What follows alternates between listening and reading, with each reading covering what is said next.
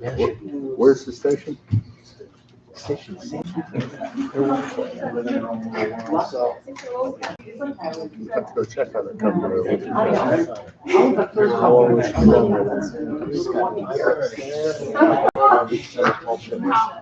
But everybody's here for.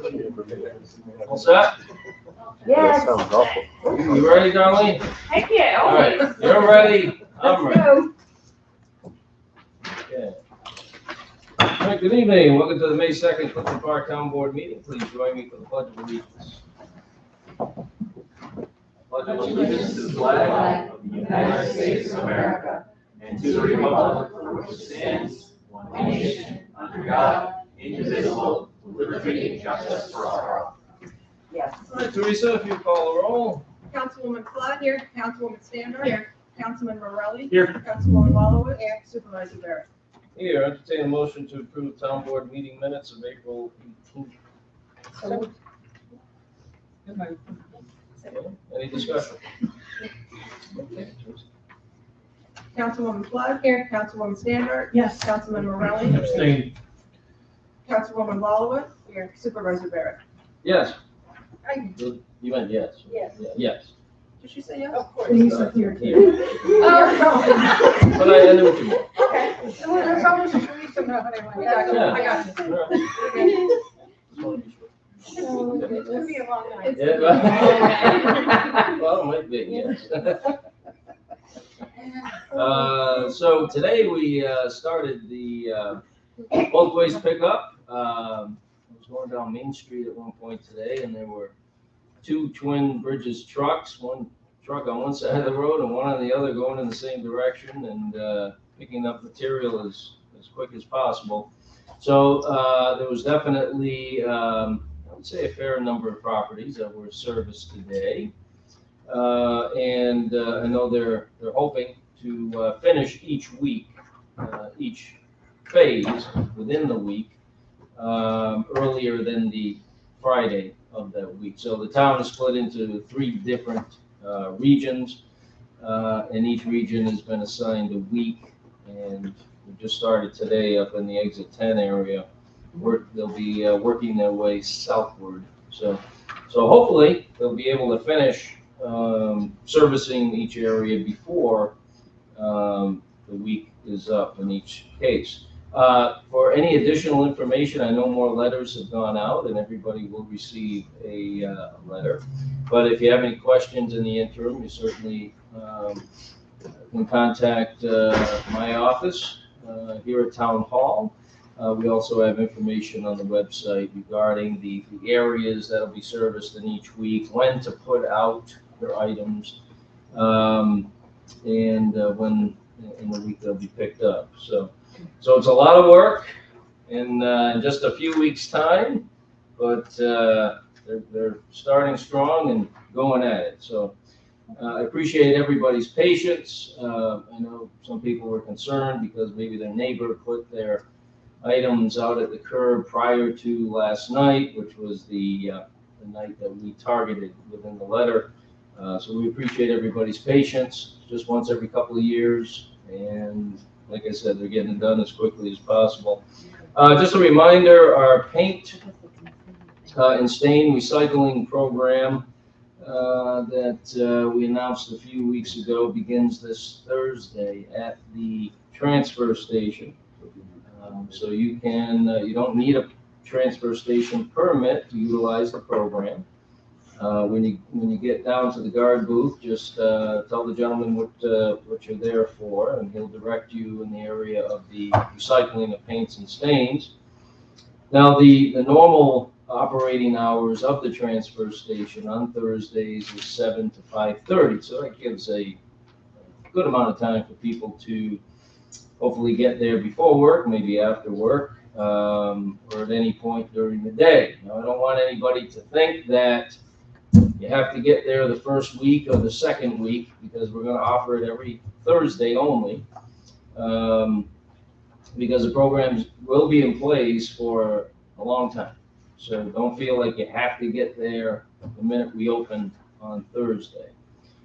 So we will started Thursday, 7 to 5:30. We will be offering it subsequent Thursdays throughout the remainder of this year and beyond. We've also discussed the possibility of having a separate, maybe one-day event at another location in the town at some point during the year, but there's nothing set yet. So we'll just see how it goes. You know, we'll gauge the response here on Thursdays, and I expect there will be a strong response. I know there's a lot of people that have paints and stains in their sheds, garages, and basements that they're waiting for an opportunity to get rid of, and here it is. So please take advantage of this unique program, and all the paints and stains are disposed of professionally in an environmentally friendly manner. Also want to mention, working with Saratoga County on lifeguard training, actually be free classes for people throughout the county, not just Clifton Park, but Clifton Park has offered to be one site for this training that'll be free to the participants, and we'll have details very soon on that. But we certainly need more lifeguards. We've seen a diminished number of lifeguards in recent years. So we need to make sure that we're offering advantageous training, and obviously if it's free, that takes down one barrier, and that is the cost. Usually a program like this, if you went to a professional organization for the training, might be anywhere from $400 to $500. When the town has offered it in the past, we charge about, I think, $180, $200 right in that area. We subsidized it a bit. Well, this will be free, and I've also been able to get gas cards for the participants as well. So again, taking away another barrier: high gas prices, youngsters having to travel to get to the training. So I think that takes down another barrier. So just trying to remove as many barriers as we can to entice youngsters into becoming lifeguards, so that way Clifton Park and other municipalities and private organizations as well, all looking for lifeguards, and definitely in short supply. So anything we can do to upgrade training, offer more training, we certainly want to do that. I'm sure Shen could use some lifeguards. So, it's just one of those specialties that, in the past, we never really had to worry about it. We always had a plethora of new lifeguards coming in each year to take the place of those that were moving on to internships or jobs after college, whatever the case may be. Now, as people get older, get later into college and leave college, the job market, there's a lot of jobs out there paying good money. Internships paying good money. So we have more competition in general. Again, we want to capture individuals when they're 15, 16 years old, get them the training and allow them to excel and go out and offer their service to whoever they want to work for. But the more lifeguards we have in the county, the better it's going to be for everybody. So more to come on that, and I think that's all I had for updates. Any other community updates at this point? Oh, I do want to thank thank everybody for incredible donations of food that we received yesterday at Shredding Day.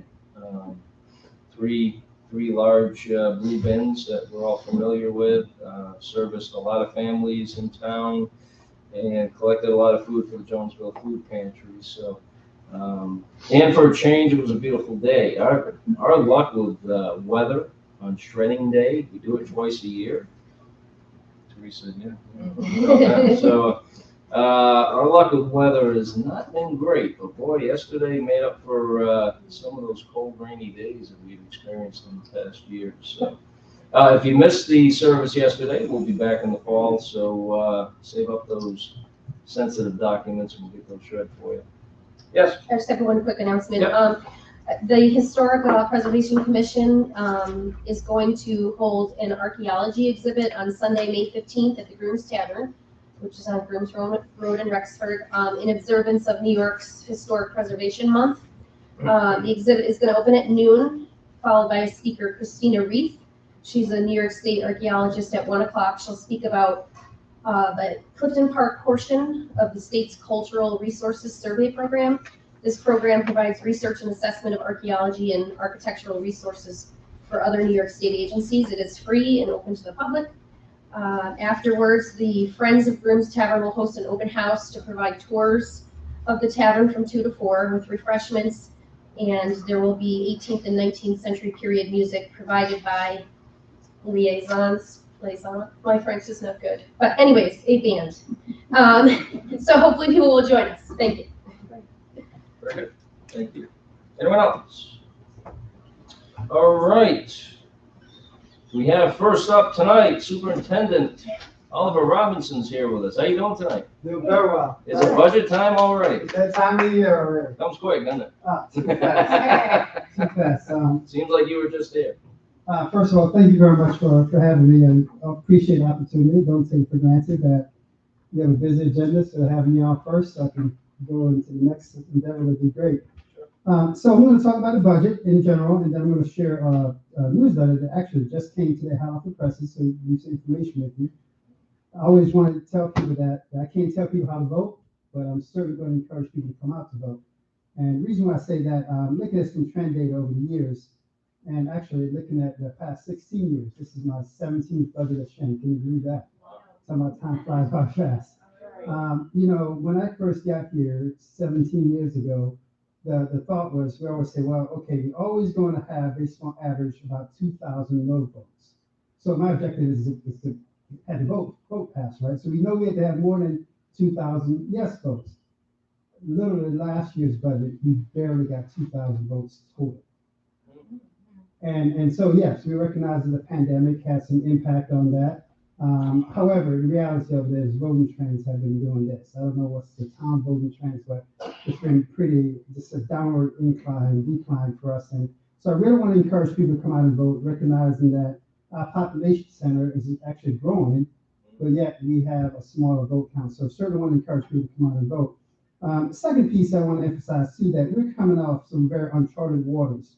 When you think about the last two budgets were very different. The 2021 budget was in the midst of the pandemic. March hit and everything went sideways. All our focus was, okay, what does the future hold? PPE, more PPE. So everything about COVID protection. This year's budget that we're living in right now, 2020, 21, 22, was also largely focused on reopening school again in a pandemic environment. And so now we're into this third cycle, and this to me is where we start to use the budget to bridge forward in the sense of, okay, what's the next 10 years going to look like? And I often say, what does 2035, 2036 look like? And you probably wonder why those dates are important. That's when our kindergartners will be graduating from high school. And so the kids are in our system right now. And so this year's budget really focuses on how do we bridge forward, taking into consideration that group of population. What will the school experience be like for them for the next 13 years of their journey here at Shen? So we recognize that even going through the pandemic, there's a lot of lessons learned. And we were very true to our North Star in the sense that we want a quality experience for kids, regardless of how it was being delivered. School was delivered differently for 2 years.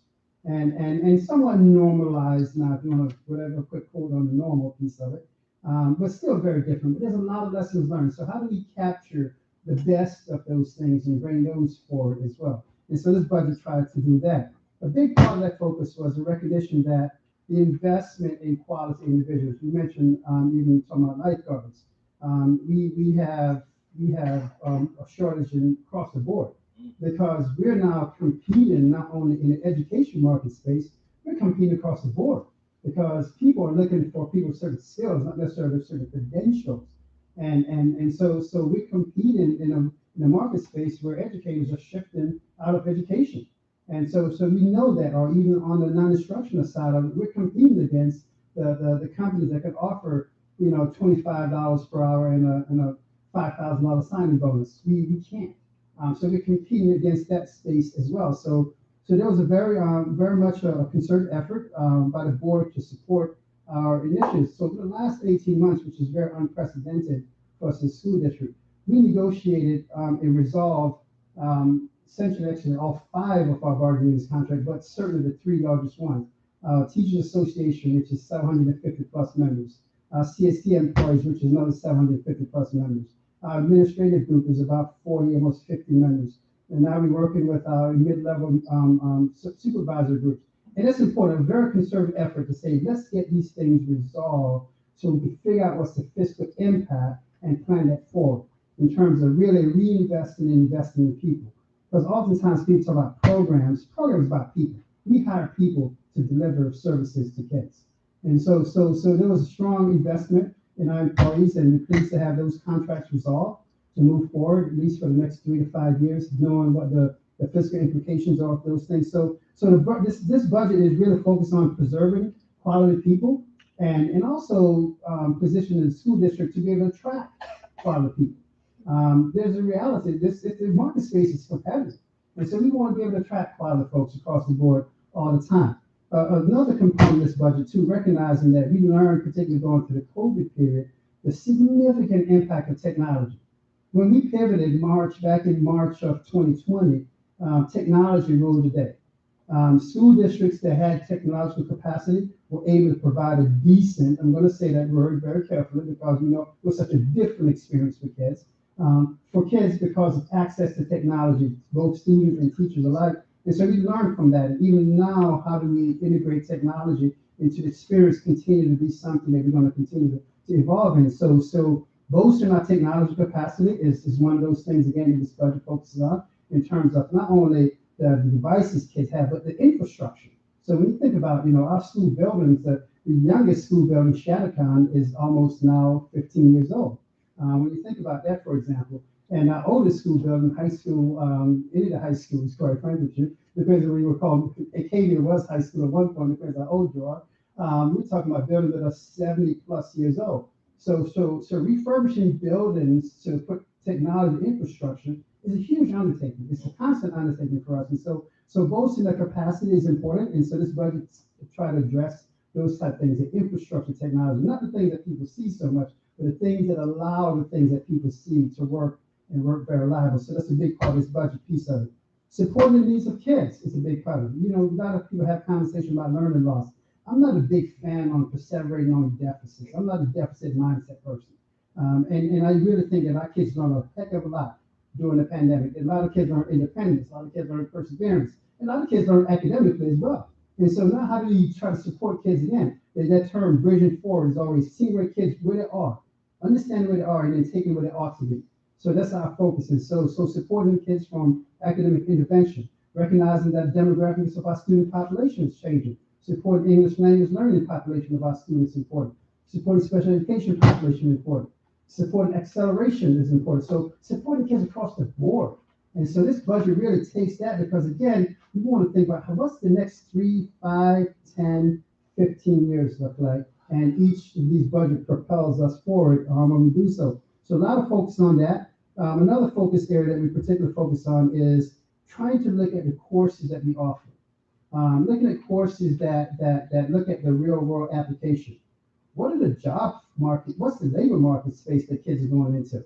And so bringing in CTE courses in terms of career-oriented type courses. So this past year we brought in a health science course. They look at kids who may want to go into the health field, not as doctors and nurses, but maybe other professions within the health field. Now collaborating, I know we have an initiative right now, we're working through the town and Career Jam and some other folks in the county folks to try to bring some of those kind of things in the EMS initiative. We're trying to work through those type things that as a school system, we realize that we have a greater responsibility, if you will, to also expose kids to a wide variety of options. So looking at those course offerings and trying to fill those gaps, be it either in the arts or the CTE And even track frankly, even things like athletics, trying to bridge the gap in terms of supporting kids to success in extracurricular activities, those things. So the budget, it's not a lot of big things, but it's a lot of little things that fills in all those gaps so we can move forward as a school district itself. So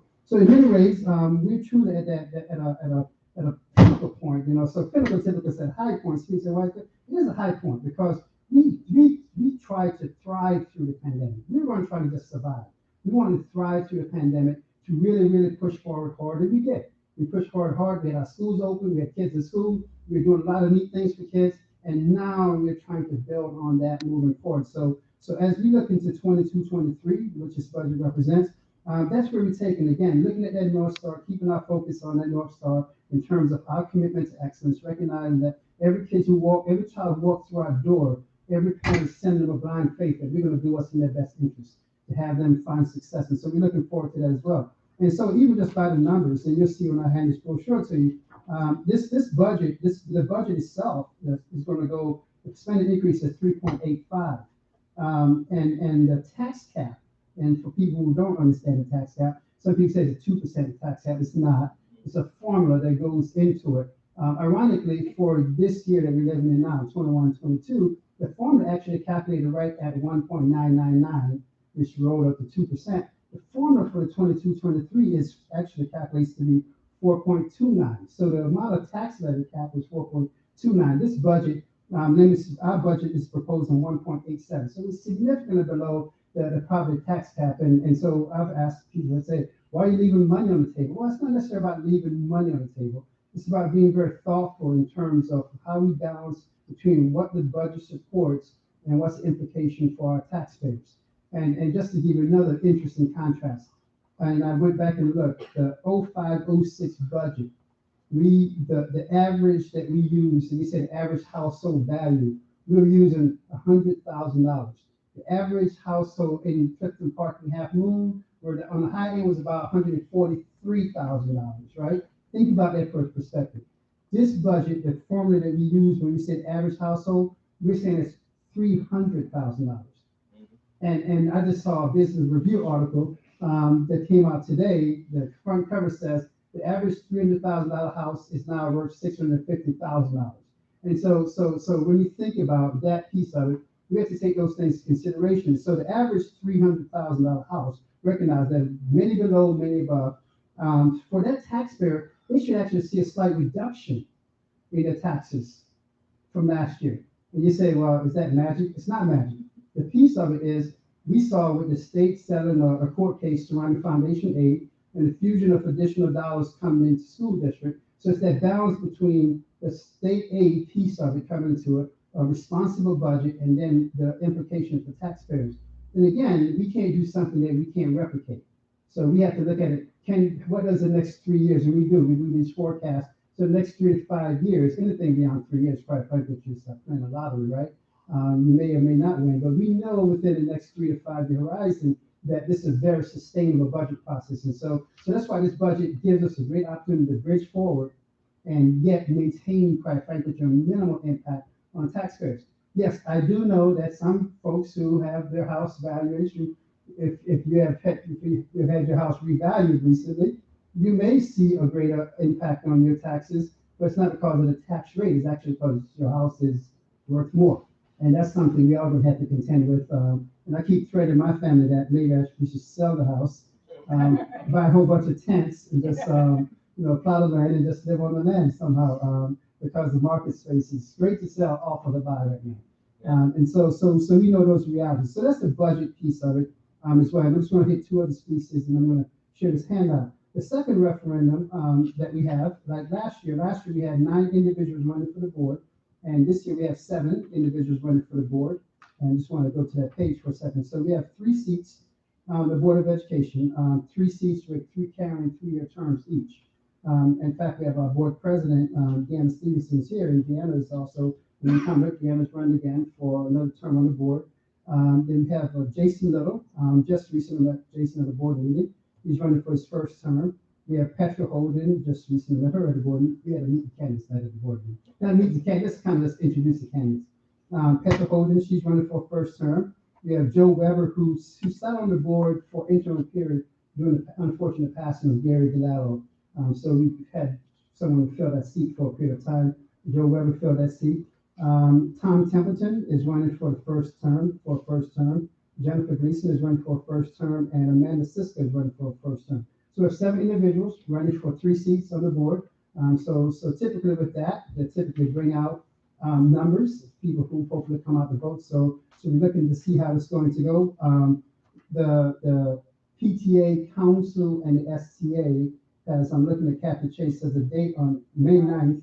May 9th, more information will come. They'll have a meet the candidates night where I think there'll be a series of questions you're going to ask the candidate. I think they'll live stream it so people watch it from the comfort of their homes, like this board meeting here, live stream to the comfort of their homes. So we're looking forward to seeing what the candidates say so people can make an informed choice. And I always say to folks that we provide a lot of information. That's why this newsletter goes out, information on the website, so people can read it for themselves, right? Read it for themselves, do your research, be informed when you make that choice, be it the budget, the board members, or the third referendum is we typically call our bus referendum. Each year we've always gone out with a bus referendum, and just perspective, each morning, 207 yellow limousine, that's what I call them, leave the yard and go out and pick up about 10,000 kids, all within like a window for 2.5-hour window. It's pretty amazing when you think about that. And so replacing the vehicles is important. And because we've been so diligent about it, and kudos to Al Karam and his team, our buses are right now that sweet spot, the average age, the industry standard of about 7 years old. We have some buses that are older but lower mileage, and we have some buses that are younger with higher mileage. So the sweet spot. And so this year, we decided to say, you know what, let's reinvest in some of our maintenance vehicles. And I call it the vehicles that no one sees other than my friend over here from the highway department, the vehicles that come out from 2 o'clock in the morning till about 6 o'clock in the morning to make sure roads are clear, snow is clear, and those vehicles take a beating with all the salt and everything else. And those are big vehicles and expensive vehicles.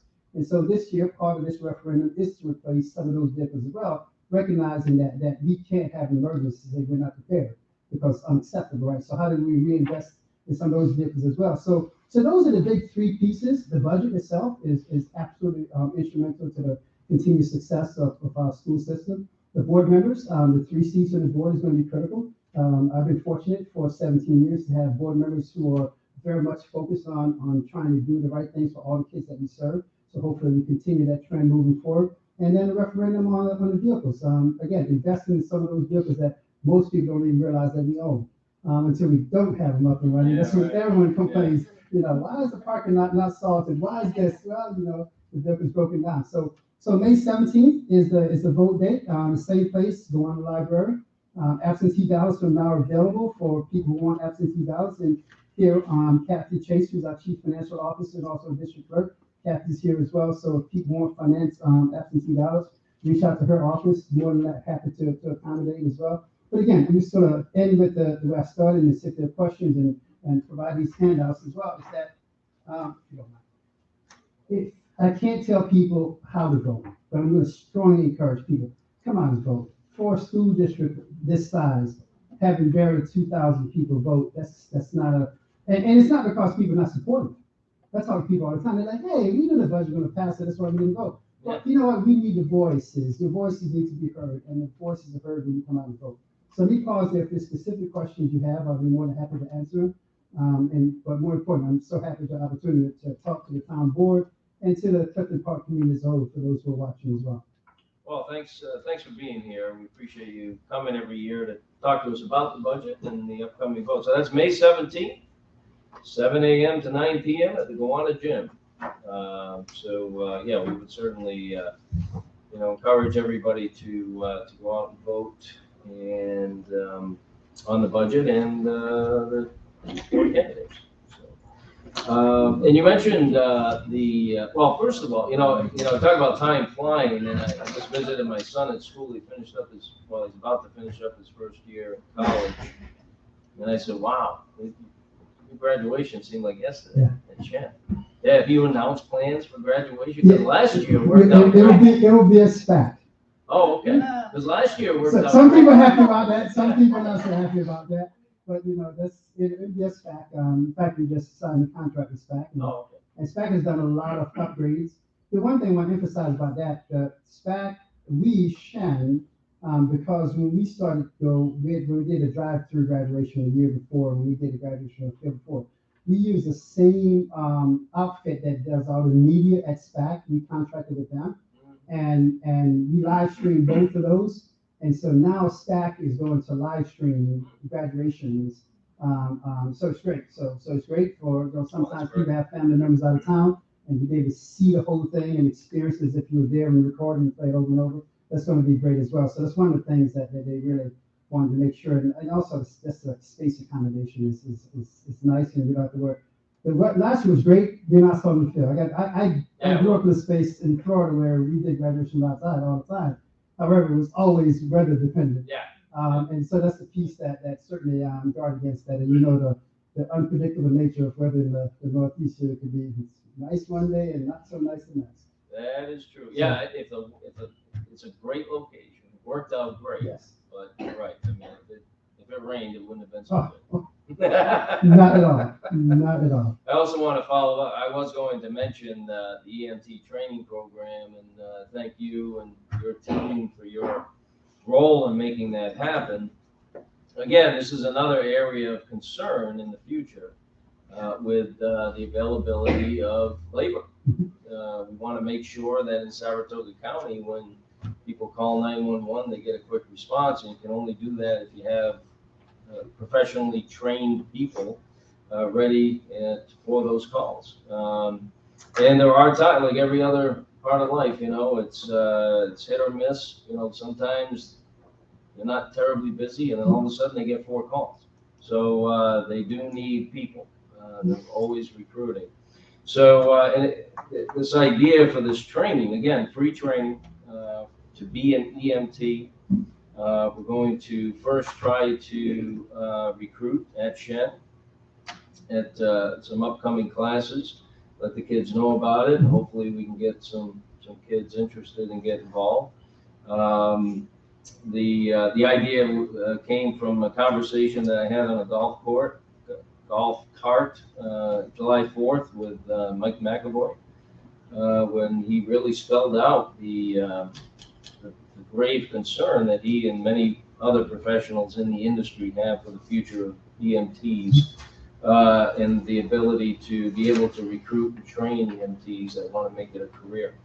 And there's a lot you can do with that too. I mean, that's going to be part of the pitch. You know, we've had these meetings. You know, once you're an EMT, you can do a lot with that. It's a great starting point. Maybe you don't want to work with Clifton Park EMS for an entire career, but there's a lot you can do with that down the line with additional training. So I do want to thank you for that as well. I mean, it's a great partnership between the county, Shen, HVCC, and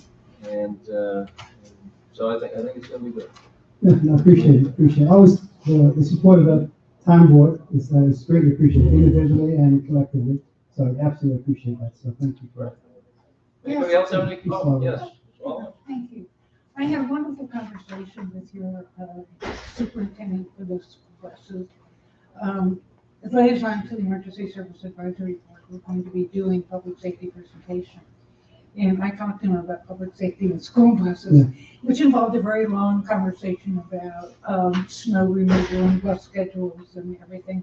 But a wonderful gentleman who was just so very community minded and wanted to take part in something like this, and the very important topic of not only school bus safety, but we were talking about crosswalks and some other things for students too. So, just a wonderful human being, very, very helpful. So thank you very much. I appreciate that. And the partnership has been great with my friend over there, that they have those 4 o'clock in the morning conversations. Al calls me at 4:30, and we compare notes, and we made those decisions that everyone hates me for. I tell you, Al has a tremendous personal story that he talked about during the Veterans. Yeah. Which was a great event. Yeah, great person, great background, and kudos to the entire transportation staff. It's been a feast. How are you doing with bus drivers? I mean, I know that's been a challenge for everybody. So not to prolong this, but just to give you, so again, it was like one of those 4:30 in the morning texts, and I had Al's certain sound, right? So everyone has like a certain sound, like it's should I wake up and answer this one? And I'll always wake up, and he was like, we're 45 down. We're 45 drivers. And so I thought the next text was going to be, and we can't. And so his next text was, and we're going to figure it out. And I said it because that's true. That's been our mentality that we're just going to find another way to get it done, right? And so have everybody on task, mechanics driving, anyone with a CDL driving, and people juggling the dispatchers, juggling schedules. So kudos to the drivers to say, I was thinking about leaving, but I'm going to stay. And also to parents, recognizing that when we have 45 drivers down, don't expect the bus is going to be right on time. The yellow limousine, maybe a little bit late picking you up. And so kudos to parents for being patient. But the one thing he said from the beginning, and it's not a criticism against districts that found themselves in this predicament, we said that we would never close school because of factors like that. Because quite frankly, we'd rather figure out some other collaboration with parents or otherwise, because it's so important for kids to be in school. It's so important for kids to be in school, and it's also so important for working parents as well. So we recognize that piece of it, that reality of it. So that was a perfect example this past Friday. And it's like that first, anytime you get that first halfway decent day, you know that's what's going to happen, right? All of a sudden, if you wake up, I'm not sure if I'm going to go in today. So kudos to them. But shortage of drivers is huge, and we're working on some advocacy to try to hopefully between the feds and the state changing the process, just getting driver's license, not only for school buses, for truckers, it's for all the industries. It's a bear. It's 3 or 4 months. Like I say, you're hired today, but you can't start working 3 months from now. People find other things to do, and that's the big problem that we have. We have a lot of people want to come. Do you want to be a driver? We have 15, 20 people show up, and we say, yes, we want to hire you all, but you can't start working until you complete all these steps, and 2.5, 3 months from now, you're going to work, and that's just not palatable for most people. Right. That's the biggest challenge. Right now, singularly, personnel-wise, overcoming that barrier is the biggest challenge we have. And so hopefully some advocacy, we can start seeing some shifts in some of the regulations that make it so onerous to have people certified to drive the big vehicles. Yeah, they haven't made it any easier in New York State. And it's feds, it's the New York State feds, regulations are just tight. I'm not sure why, but they are. And so hopefully some right advocacy, we can see some changes happening, because if kids can't get to school, they're not learning. And most parents, we can't take for granted that most communities have parents who have the capacity to drive their kids to school. And I think sometimes people forget that most parents don't have that capacity to drive their kids to school every day. Once in a while, but not every day. Right. So again, I appreciate the time. Yeah, thank you. I just had a couple comments. Oh, yeah. First of all, thanks for being here. Thank you, Deanna, for being here. I appreciate everything you guys do for our kids, and especially the partnership with the town board. I think that's critical. Since I've been on this board, I think partnership has been strong, and I'm sure will continue to be. When I look at this, I look at it as a parent, as a consumer, and I couldn't be more pleased with how this district is operated. As you know, I have 2 children in 2 different schools, and one at the next level now who seems to be doing well because of the preparation that Shed has given him. We're back to almost pretty much normal. We're doing, we get a prom this weekend, we got track season, we got moving up ceremony. So, really, I look at, what we see sometimes in the media in other school districts and other states and other towns, and things aren't as smooth. But I think it's a testament to the leadership of you, Dr. Robinson, you, Deanna, and the rest of the school board. I think communication through the last couple of years has been critical, and you guys have always communicated well, always had the best interests of our children at hand. And, we may not have always agreed with every single decision, but we knew we had people on the board and in the administration looking out for our children. And it wasn't an easy task, so I appreciate that. I appreciate those comments. Thank you. Thank you. And protocol, boom, boom, boom. I'm not sure if we do handshakes nowadays, but if we do, thank you. Thank you very much. Appreciate it. Oh, yeah, we still shake hands. We still shake hands. Thank you very much. Thank you. See you June 24th. Yes, congratulations, sir. Thank you again. Appreciate you. Thank you. Yeah, sure.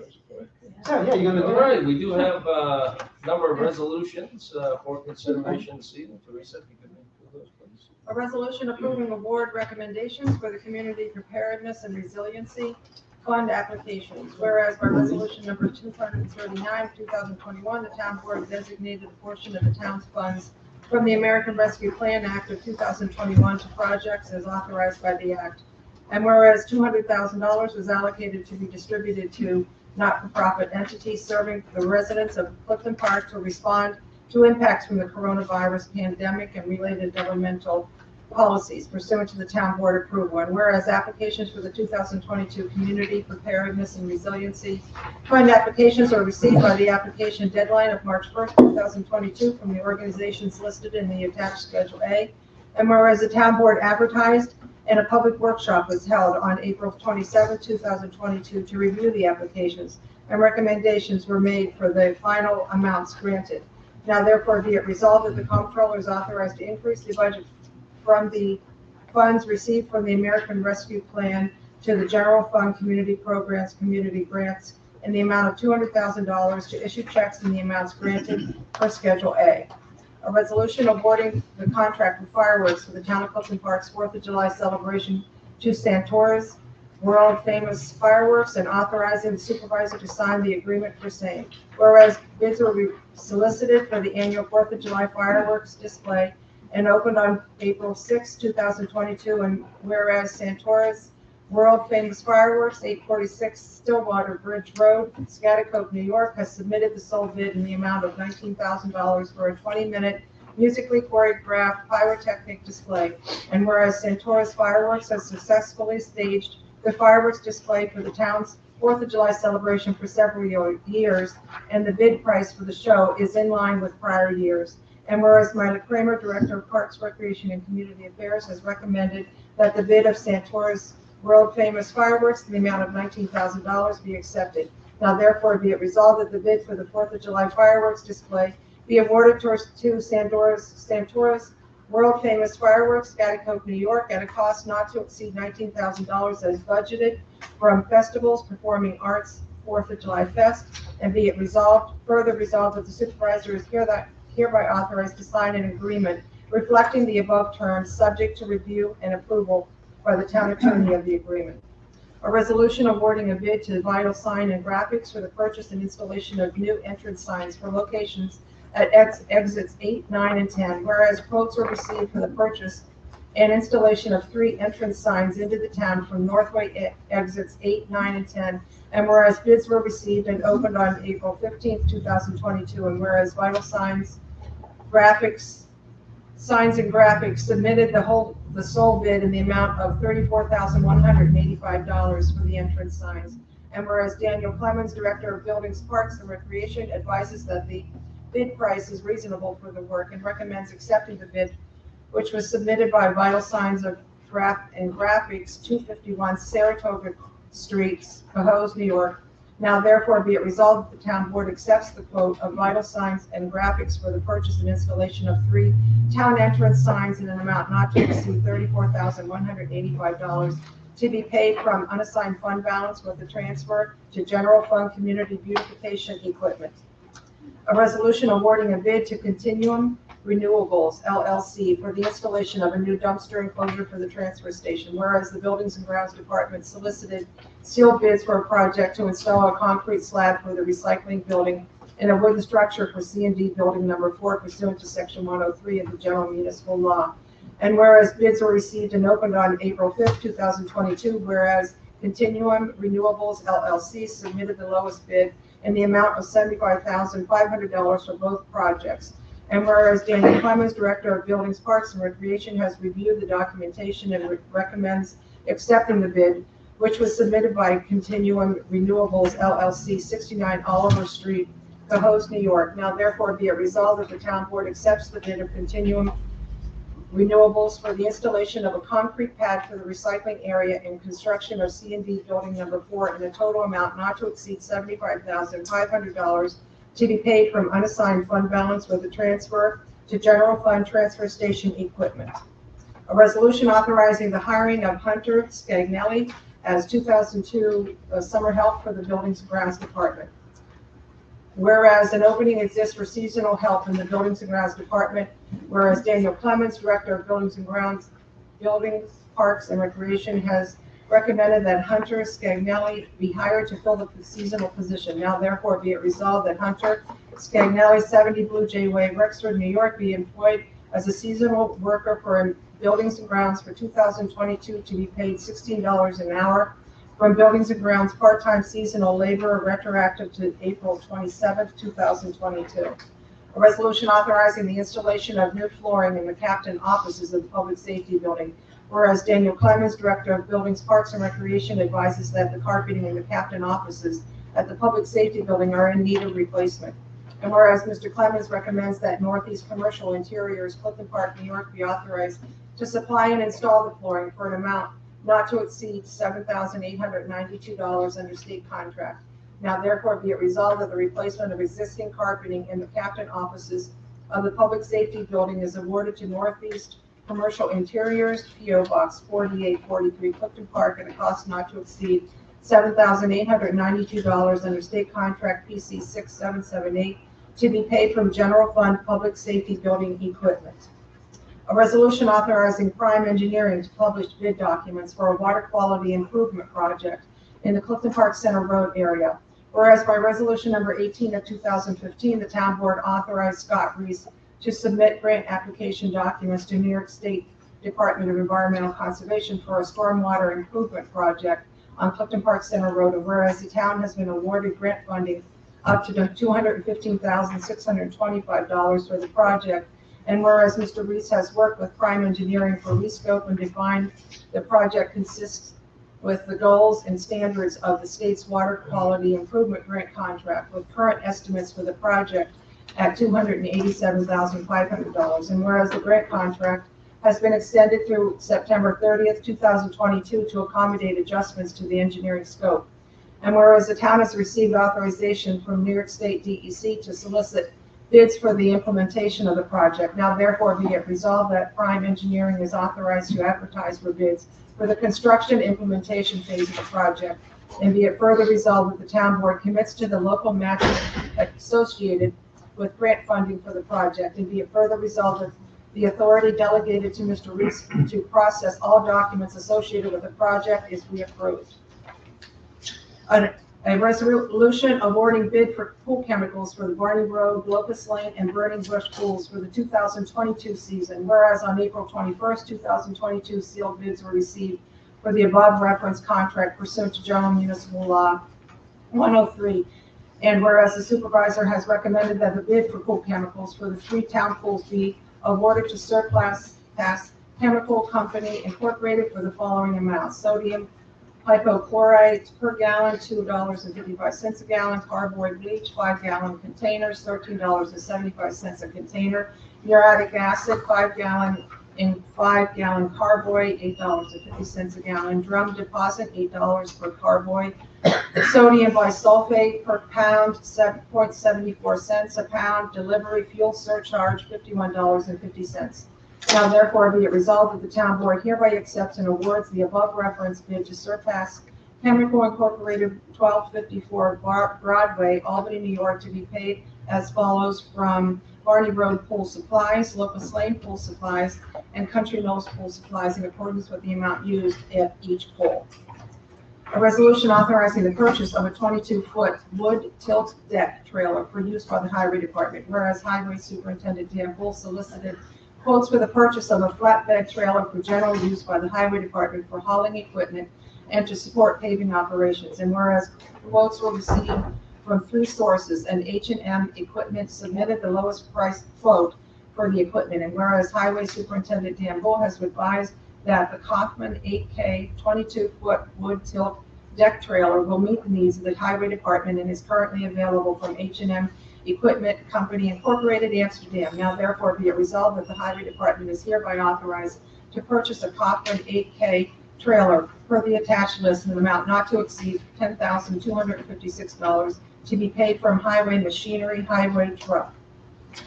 A resolution authorizing the Highway Superintendent to retain Precision Trenchless LLC to perform repairs and upgrades to stormwater facilities within town. Whereas by resolution number 239 of 2021, the town board designated $350,000 of the town's funds from the American Rescue Plan Act of 2021 for stormwater upgrades and repairs.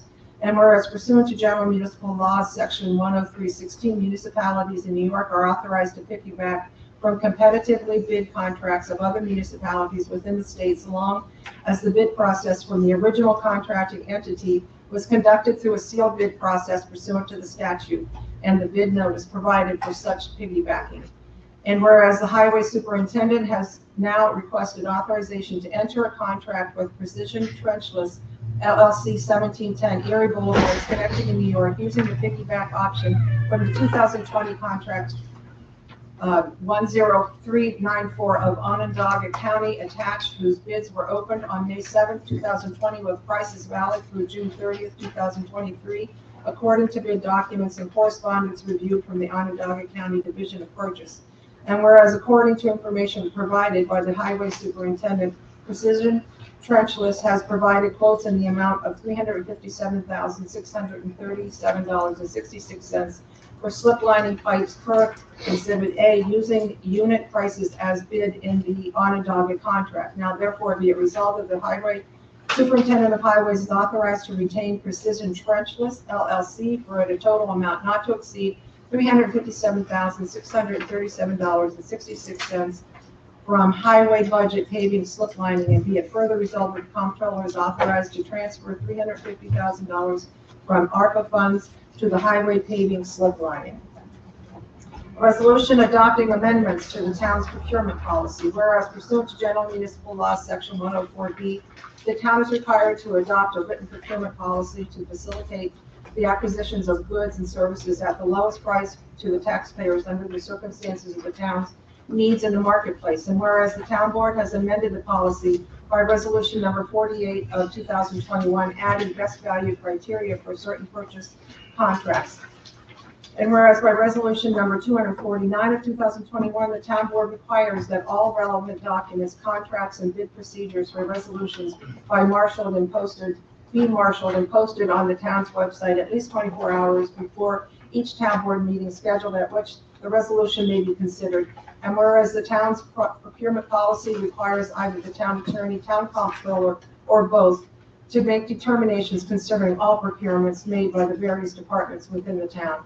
And whereas the town comptroller and town attorney recommend that the town board amend the procurement policy to ensure an adequate time frame for that review and to clarify the obligations of the various departments to cooperate with these offices as they review significant purchases being made or sought by the town in its department components under any authorized procurement method. And whereas the town board wishes to provide the offices charged with procurement review adequate time to review the relevant contracts and competitive methodology for significant purchase and acquisitions, and to ensure that all departments cooperate with these offices throughout such review. Now therefore be it resolved that the town procurement policy is hereby amended through the addition of policy 1A and policy 1B attached. A resolution appointing Jennifer Gleason as a member of the planning board, whereas a vacancy exists for a member of the planning board and whereas Supervisor Barrett recommends that the current alternate Jennifer Gleason to Queensbury Port, Clifton Park be appointed to the position as a member. Now therefore be it resolved that Jennifer Gleason is hereby appointed as a member of the planning board for the remainder of a 7-year term with the term to expire on December 31st, 2026. A resolution authorizing the supervisor to sign an agreement with Fruitful Christian Church for a rental of the top floor of the Burning Bush Clubhouse. Whereas pursuant to Town Law 64-2A, the town board is authorized to lease town-owned property, and whereas Fruitful Christian Church wishes to rent the top floor of the Burning Bush Clubhouse for a term of 12 months, lease to expire on May 19th, 2023, at an annual rent of $21,600. And whereas the tenant may elect to remain in possession of the property after May 19th, 2023, as a month-to-month tenant for up to 12 consecutive months. Now therefore be it resolved, the supervisor is hereby authorized to sign the attached lease agreement with Fruitful Christian Church for rental of the top floor of the Burning Bush Clubhouse, provided that the town is provided a certificate of insurance in the amount of $1 million, naming the town of Clifton Park as certificate holder. Very good, thank you, Teresa. Are there any questions on the resolutions? Okay, if you could read the headings, please, and we'll consider each one individually. Resolution number 119 of 2022, a resolution approving award recommendations for the Community Preparedness and Resiliency Fund applications. So moved. Second. So we had a public workshop last week. We received 43 applications totaling almost $350,000 for the $200,000 that was allocated for the program. 41 of the organizations were awarded a sum of money. The largest award was $7,000. The largest request that an organization could make was $10,000. So not too bad, but several organizations did receive an award of $7,000 during the workshop. The lowest request and award was $500. I just want to remind people with organizations that might be interested, the program is also being replicated at the county level. I know we have $2 million put aside for the program at the county to support our nonprofits, and I think we're running about $4 million in requests. So, as I guess could be expected, requests are outstripping what is allocated for the program. But it will assist our nonprofits that have experienced the curtailing effect of the COVID pandemic with regard to their operations and their fundraising.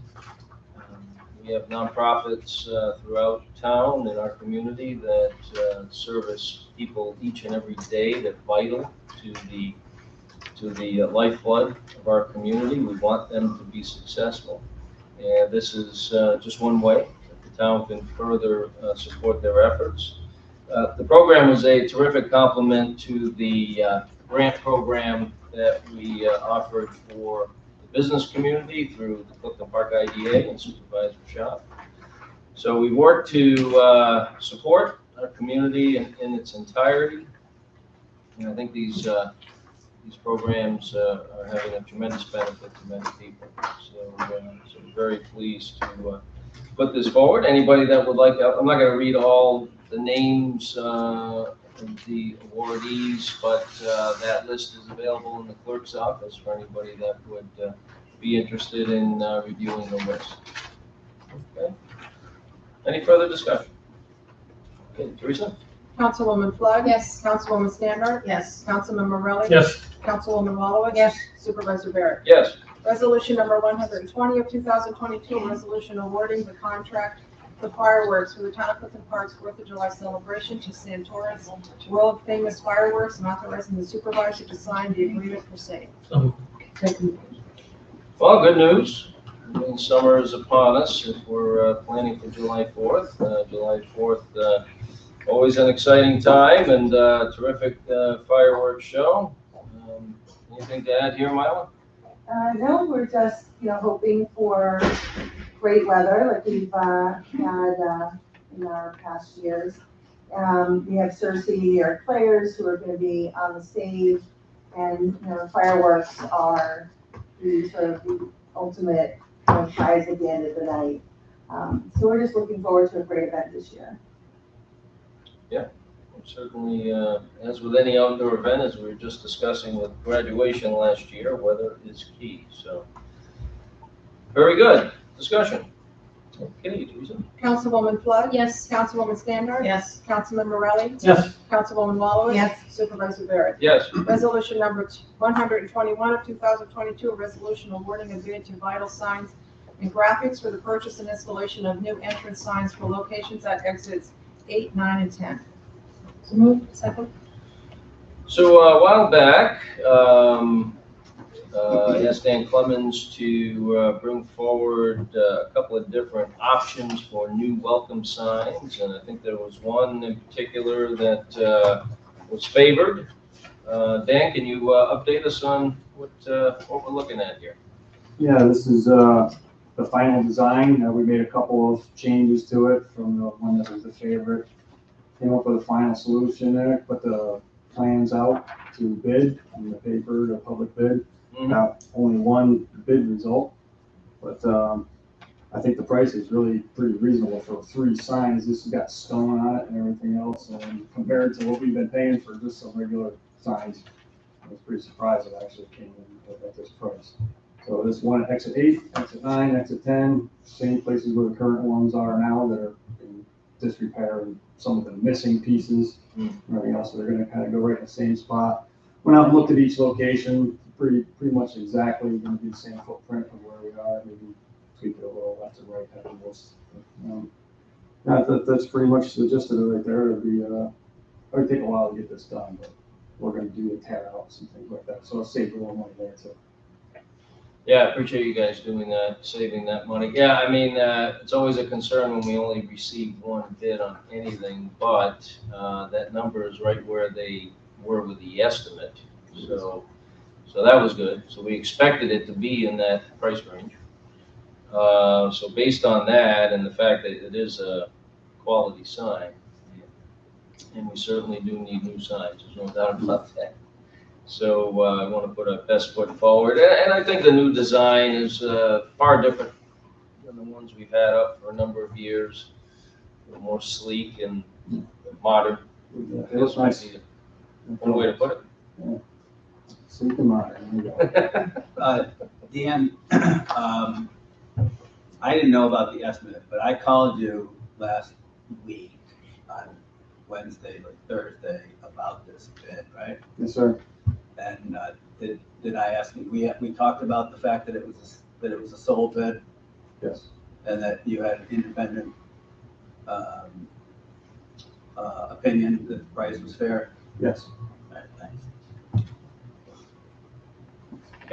Will these signs be done like over the summer or by winter? Like, would you have ballpark? Yeah, I would imagine they'll get right after it. They'll be done before winter. I expect in the next couple of months they should be done. 3 months maybe. Yeah, I was just curious. I won't know until if this gets approved, then I make contact with the company and see where they're at in the schedule. But that's pretty typical these days for in-house sign, 3 months. Yeah, I know supplies are back ordered everywhere. That's why I was wondering.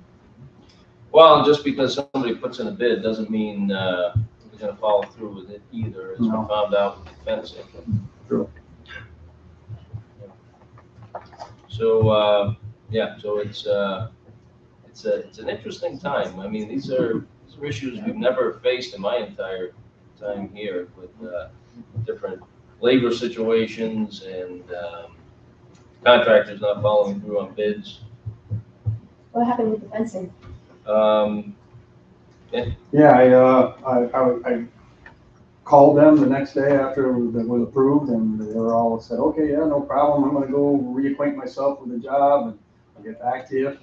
I waited about almost 2 weeks, didn't hear anything from them, so I figured I'd prompt them, hey, where are you at? Have you an estimated time yet? And they sent back, sorry, we can't do it for this price. Material's gone up. Wow. So I don't know if they were even gonna say anything at all, luckily, but I prompted them, so. Well, and I had asked you to call them not long before that to make sure everything was good. True. With the pricing and everything. Yeah, and they I did. were at that point. So I don't know what changed really quick. Yeah, it did. Could be labor, could be maybe they made a mistake. I don't know. Yeah, because I did before we even put the resolution request forward. I double checked with them, make sure everything's all still good, talked to the people, the owners, make sure everything was prevailing wage and everything was good, insurance, all that kind of stuff. Everything was good, and then once it was awarded, then it was no good. Mm-hmm. So I don't know. So what's the process going forward? Like, do we do it all over again, or? Well, we put it out to bid twice, and I thought we finally had a conclusion here, but unfortunately that changed. So we're down to the last bid. So now we're back to a situation where there's one bidder. Mm-hmm. And it's much more expensive than the one bid we have left is much more expensive than the bid we, God bless you, accepted and was later pulled by the contractor. Yeah. So we're looking at an increase to about what, 440 Yes. from 250. Yep. 260 to 440, I think. So that's the latest on that project, which is unfortunate, but That's a decision that we'll have to make if we're going to go ahead with the higher quote. I don't know if waiting another year is going to result in anything much different, but I do know that fencing on the common needs to be replaced. It's in disrepair in many different areas. Wanted to do it last year, put it off due to the lack of good pricing, but I don't think we can put it off too much longer. I think the abutting properties have been patient, but I think they're to the point where they Yeah. want it done. A lot of that fence is right up against people's backyards, Yeah. so. Yeah. That's for sure.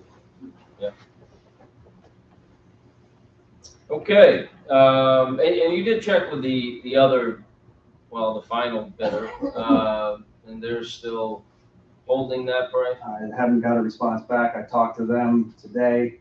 He was gonna double check all of his availabilities and figures and everything like that and get back to me.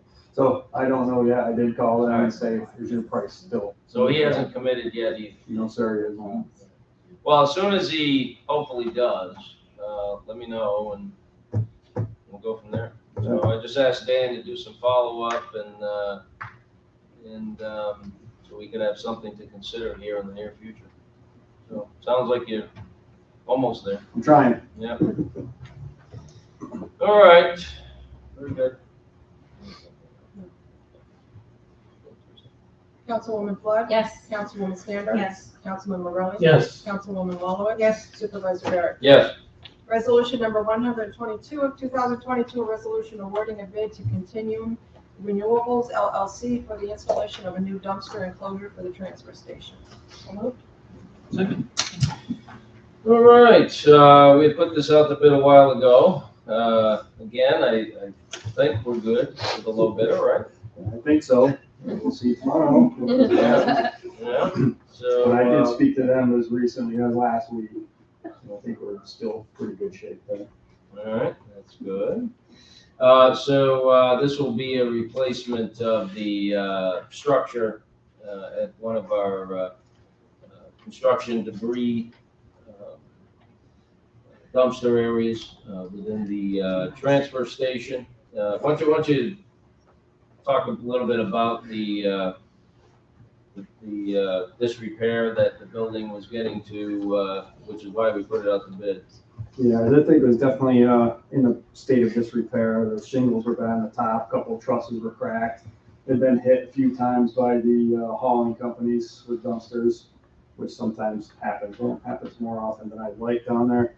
So we had worked on a design to just directly replace it, and it wasn't enough really. So then we had a lot of issues, people wanting to dump trailers and dump trucks down there. Right now, everybody has to unload everything by hand.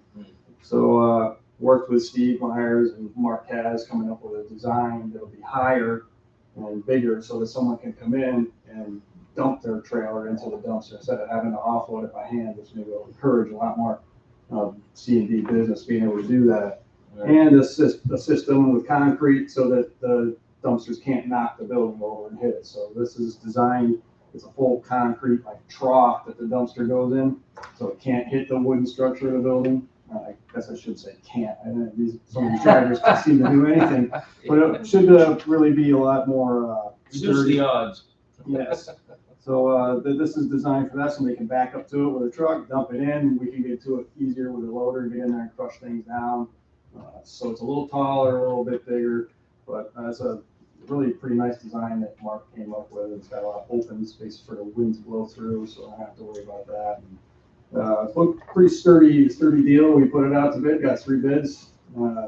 This Continuum, I hadn't heard of them before, so I did some references and talked to them, and they said I've done a lot of big projects, big multi-million-dollar projects, and this is really something that they should be pretty easy for them to accomplish compared to some of the things they've done in the last few years, so it should be good. Good.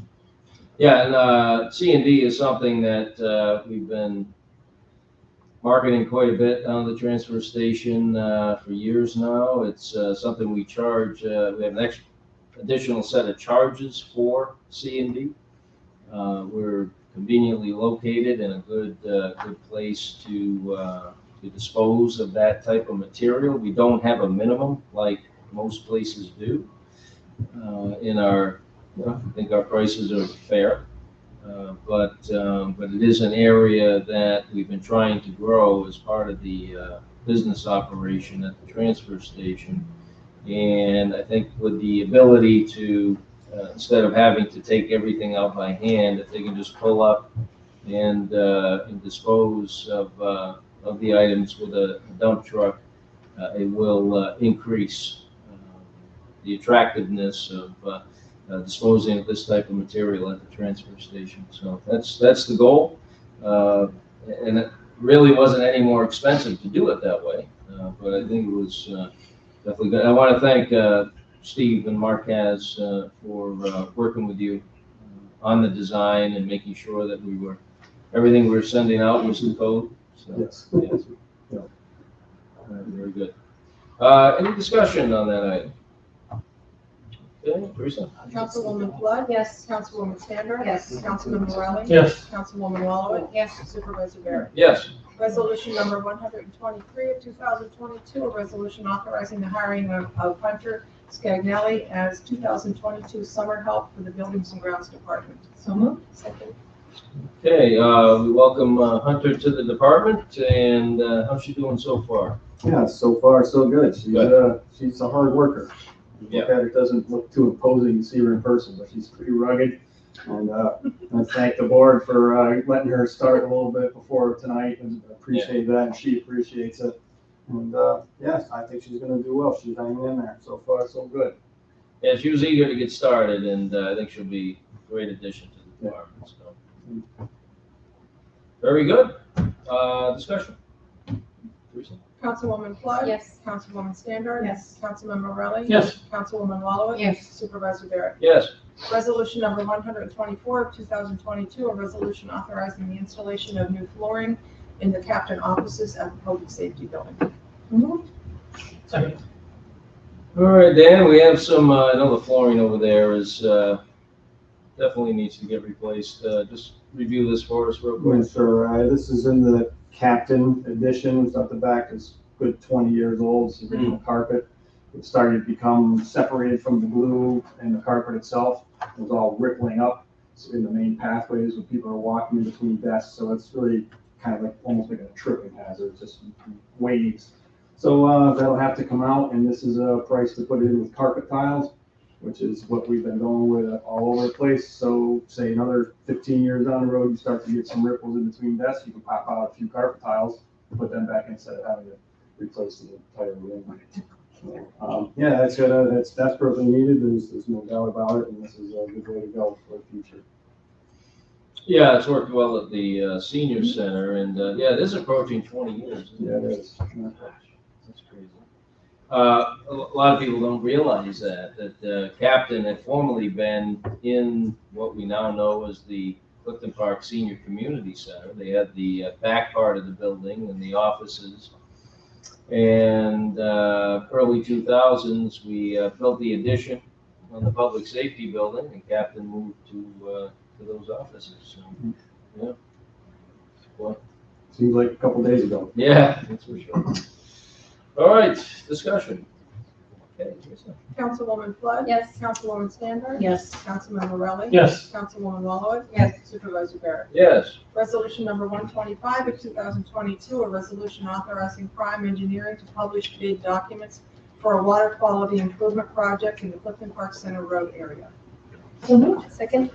So this initiative has been ongoing for several years. We finally are at the point now where DC is giving us the go-ahead, and it's going to be a very, very useful grant that will cover not all the costs, but should be a majority of the costs of upgrading the storm sewer area, the natural storm sewers in system in the exit 9 area, and then down into Clifton Knolls, the pond at exit 9, the area overflow, and also to conduct stream channel restoration. That can be a lot of times removing dead trees and silt from the stream channels that are maybe inhibiting some of the capacity that should be there with some of these drainage areas. We've also improved culverts to increase capacity. It's about water quality and water quantity. So those are the two goals of this grant and all the work that will be put into it. And that's what our plan revolves around. So we want to increase capacity of the system, especially for those very heavy rain events that we typically get a few times a year. During our first round of discussion of possible uses of ARPA funds last year, one of the items I mentioned was approximately $100,000 for this particular initiative as we were waiting approval from DEC. So now this is finally coming to fruition, and the money will need to be spent, but it will be money well spent.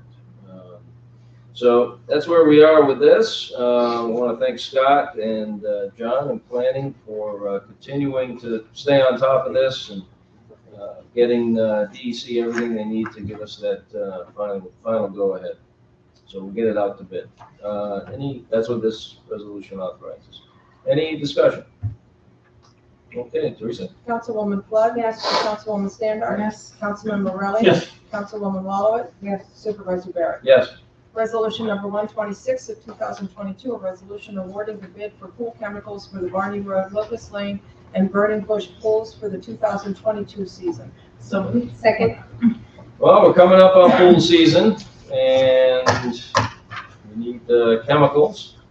So we'll get a few bids here, and we'll move forward and get ready for the season. Discussion. Okay. Teresa. Councilwoman Flood? Yes. Councilwoman Standard? Yes. Councilman Morelli? Yes. Councilwoman Wallowitz? Yes. Supervisor Barrett? Yes. Resolution number 127 of 2022, a resolution authorizing the purchase of a 22-foot wood tilt deck trailer for use by the Highway Department. So moved. Second? So Dan, tell us about this trailer here. Yep, sure. So last year we had looked at getting a large trailer. Mark was very kind in helping us figure that out before the end of the end of the year last year. He was able to put together some numbers where we could pay for that last year. But now thinking ahead, we do have some funds in our equipment line for an additional trailer. It never hurts to have too many. Usually what we're doing, and Dan probably knows this too, is your heavy equipment, you're jockeying back and forth on the trailers. This will kind of help us stop with that jockeying back and forth. We'll now have a single paving, patch paving trailer now, which will help us to kind of cut down on having to jockey those trailers over. Plus, it always is helpful to have a trailer available. Dan has been kind enough to let us borrow and vice versa. So, what's ours is yours and yours is ours. So if you do need help, let us know. That's a nice big trailer. It is a good one. Yeah. Very good. Any further discussion? Teresa. What do you use Councilwoman these Flood? trailers for? Yes. Hauling equipment, like bulldozers and excavators and skid steers, pavers, rolling machines, those types. Okay, thank you. Councilwoman Flood? Yes. Councilwoman Standard? Yes. Councilman Morelli? Yes. Councilwoman Wallowitz? Yes. Supervisor Barrett? Yes. Resolution number 128 of 2022, a resolution authorizing the highway superintendent to retain Precision Trenchless LLCs to perform repairs and upgrades to the stormwater facilities within town. So moved. Second. The allocation of $350,000 in ARPA funds was done in 2021 for stormwater facilities, pipe improvements, and we talked about this at the last town board meeting, so it's good to see this money being put to good use. What's the latest here, Dan? Yeah, so we've been working with Precision Trenchless since 2020. They're right out of Schenectady. We have the unfortunate reality that many of our problems are located where there are streams or trout streams. Precision's trenchless is very unique in how they operate their trenchless system. Most trenchless systems that we see for sewers or culverts are operated through steam or forced hot water. That does a big disservice to local tributaries, which impact fish populations, amphibian populations, all those types of things. Where Precision trenchless is different, they use ultraviolet light, which doesn't change the temperature of the water around it. It's actually something that DEC is just getting involved in and is now opening their eyes to. And whenever we have to work in a stream, we still have to go through the permitting process like you were talking about with the previous resolution.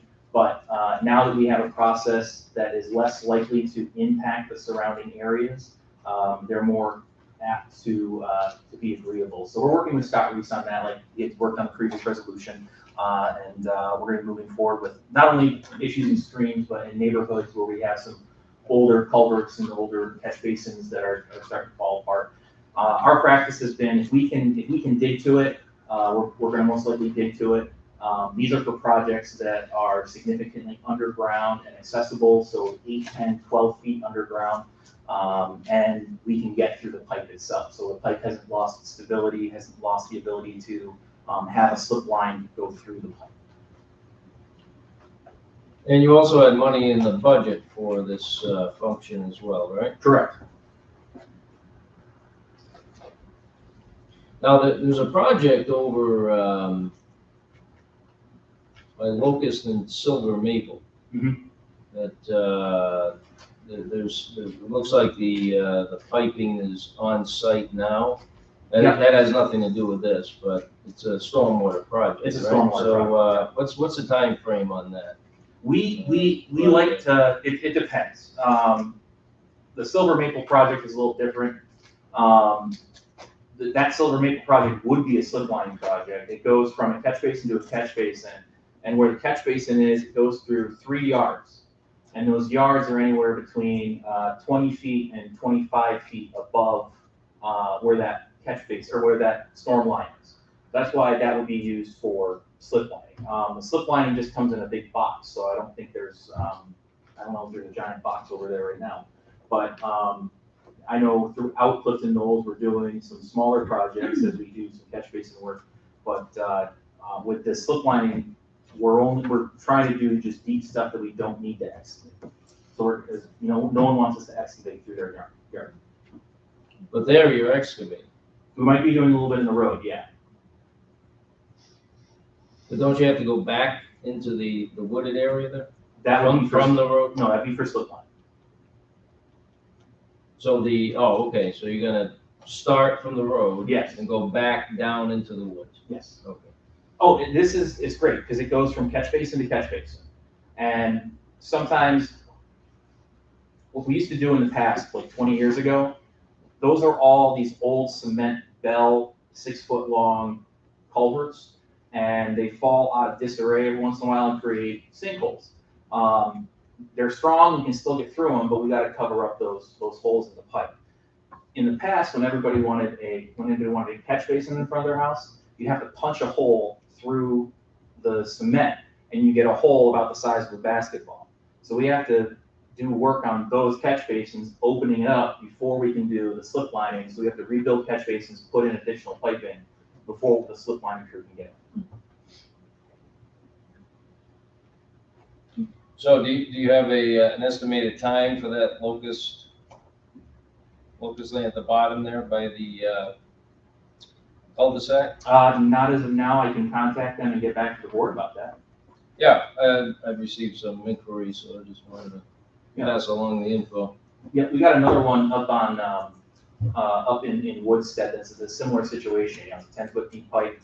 And poor people for 20 years have been dealing with the sinkhole, and it's just outside of our realm of doing this until Precision came along and gave us a plan of how we can tackle it together. So, you know, these problems have been around for a while. We're just trying to take care of them one at a time. Very good. Well, it's good to see these funds being invested and improvements to our stormwater system, which is one of those areas that get overlooked until there's a problem. Any discussion? Okay, Joy. Councilwoman Clark? Yes. Councilwoman Standard? Yes. Councilman Morelli? Yes. Councilwoman Wallowit? Yes. Supervisor Barrett? Yes. Resolution number 129 of 2022, and a resolution adopting amendments to the town's procurement policy. All right, well, these are proposed changes to our procurement policy. Councilman Morelli, did you want to? Yes, so it's, I ask everyone to indulge me for a few minutes. There's some concerns that have been raised to this town board over the past several weeks and months relating to the current procurement policy that this board has adopted. Subsequent to those concerns being raised, I've had meetings with our town attorney, and I've asked for him to make some recommendations for ways to correct what I see as deficiencies and areas of concern. Specifically in our procurement policy, we are governed under General Municipal Law 103 with regard to any contracts greater than 35,000 and any purchase contracts greater than 20,000. So we do a lot of those, significant amount of those contracts, significant amount in the last year and a half or so since I've been on the board. That's a state law. It's adopted by Clifton Park as our policy, but it's a state law. Additionally, we are governed under General Municipal Law 104 Bravo, which, and I would quote, for acquisition of all other goods and services, the law requires that procurement takes place by methods and means designed to facilitate acquisition of goods and services of maximum quality, the lowest possible cost under circumstances that guard against favoritism, improvidence, fraud, and corruption. It also says under 104 Bravo of GML 104B that to further these objectives, the governing board of every political subdivision in any district therein, that's us, by resolution shall adopt internal policies and procedures covering all procurements of goods and services which are not required to be made pursuant to competitive bidding.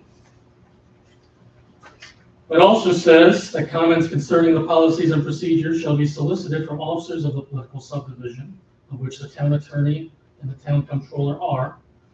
They are involved in the procurement process, which they are, prior to enactment of the policies and procedures, and from time to time thereafter. So we are from time to time thereafter, and I've solicited some recommendations. When a resolution comes before this board and it's greater than $35,000, as a board, we do two things. We agree, if we pass the resolution, we agree that a certain expenditure is appropriate for the town, for our residents, it's budgeted, and it's in the best interest of Clifton Park. We also indicate by passing a resolution that we have followed all applicable rules and laws and procedures, specifically our own procurement policy and General Municipal Law 103. And that we ultimately are doing things in an ethical and honest manner. In the last few months, there have been some concerns that have been brought to the attention of this board that give me concern with regard to following that policy and with regard to following the law. On April 11th, this board met and there was a motion that was passed for us to go into executive session to talk about this very topic. That executive session was improper. The reason it was improper, and it's actually outlined, I did some research before this meeting, there's an advisory opinion from the New York State Committee on Open Government. They issued it on January 27th, 2012. And in summary, it says that executive session is only for specific enumerated purposes to protect privacy and not to shield matters of policy under the guise of privacy. So what that means is we can't go behind this wall and talk about a matter of policy and call it privacy. So that's what I'm doing today. I'm bringing up a matter of policy. On April 4th, 2022, the town attorney for Clifton Park issued a memo to the town board. I believe, Teresa, I believe this is on file in the clerk's office? Yes. And in this memo, it raises significant concerns to me as a board member around procurement. A few things I'll highlight. On page 2, it discusses that in Resolution 1 of 2022 that this board unanimously passed, the town attorney is responsible for the review and approval of, quote, all contracts and agreements on behalf of the town. An assignment which has been in the same in the organizational resolution since 2007 at least.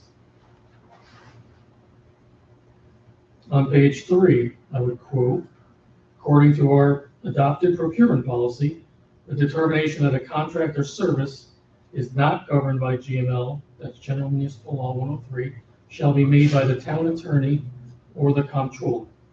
In practice, this simply means that we double check the means and methods used to provide a basic level of assurance that the purchase or acquisition we are doing is done by the right or applicable method and fits into the quote box chosen by the department.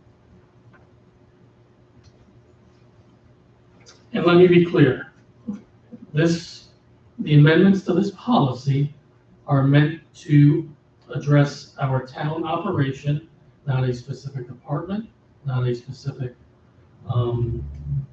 purchase.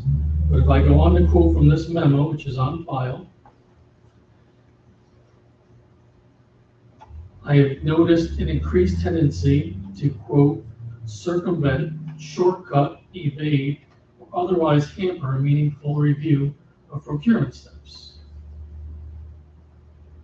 I would quote again, abusive emails and phone calls are viewed as efforts to circumvent the comptroller and town attorney, who I just cited as part of our policy that are responsible for approving all contracts. I would quote again, evasive and incomplete submittals to the town attorney's office for purchases and acquisitions. I would quote again, no one can ask for any additional detail nor clarification on anything at all. This places my office in an impossible position. I would quote again, decline to discuss any other critical information omitted from the resolution request. I would quote again, inappropriate and antagonistic emails to an administrative assistant regarding a meeting that also involved a town board member. I would quote again, this email is inappropriate, abusive, toxic, and creates a clearly hostile work environment.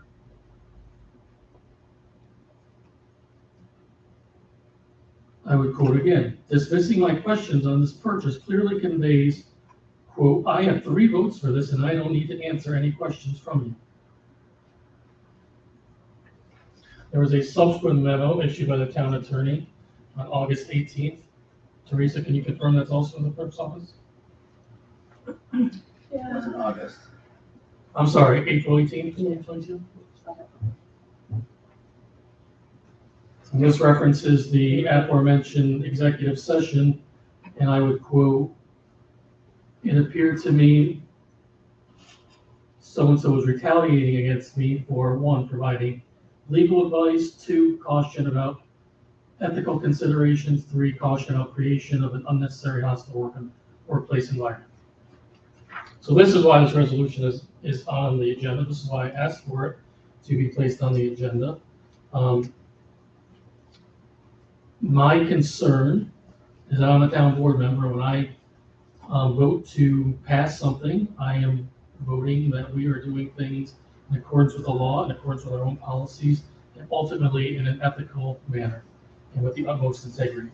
These memos, I don't know if all or any of those items in those memos are accurate, but they give me pause and they give me concern, grave concern as a board member. So the amendments to the procurement policy, I believe, will help address that. So amendment number 1 is basically gives the town attorney or the town comptroller's office up to 14 days to review a submission. It's basically, to me, when there's a problem, the answer is to slow down. So to me, this is, we're going to slow down. We're going to take the time to make sure I's are dotted, T's are crossed, and that we are 100% in line with our own policy and the law of New York.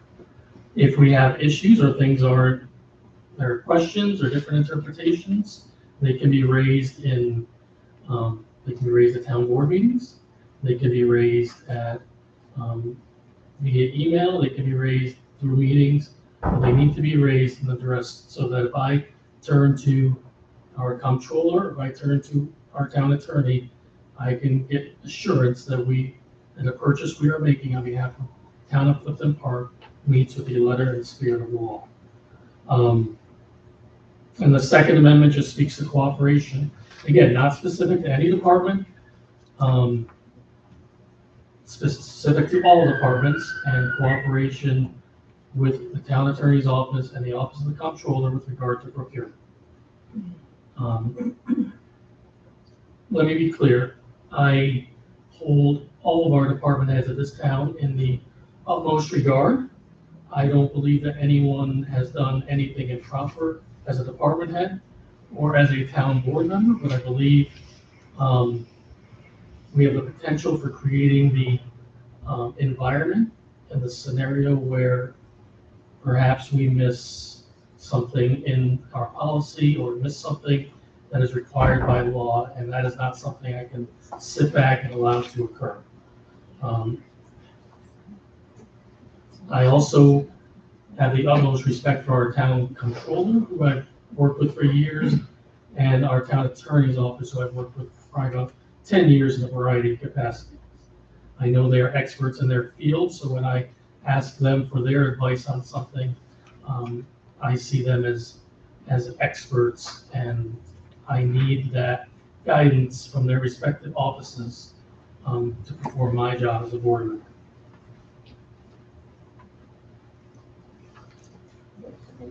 That's it. Is that? Oh, okay, thank you. Well, I appreciate that detailed explanation, and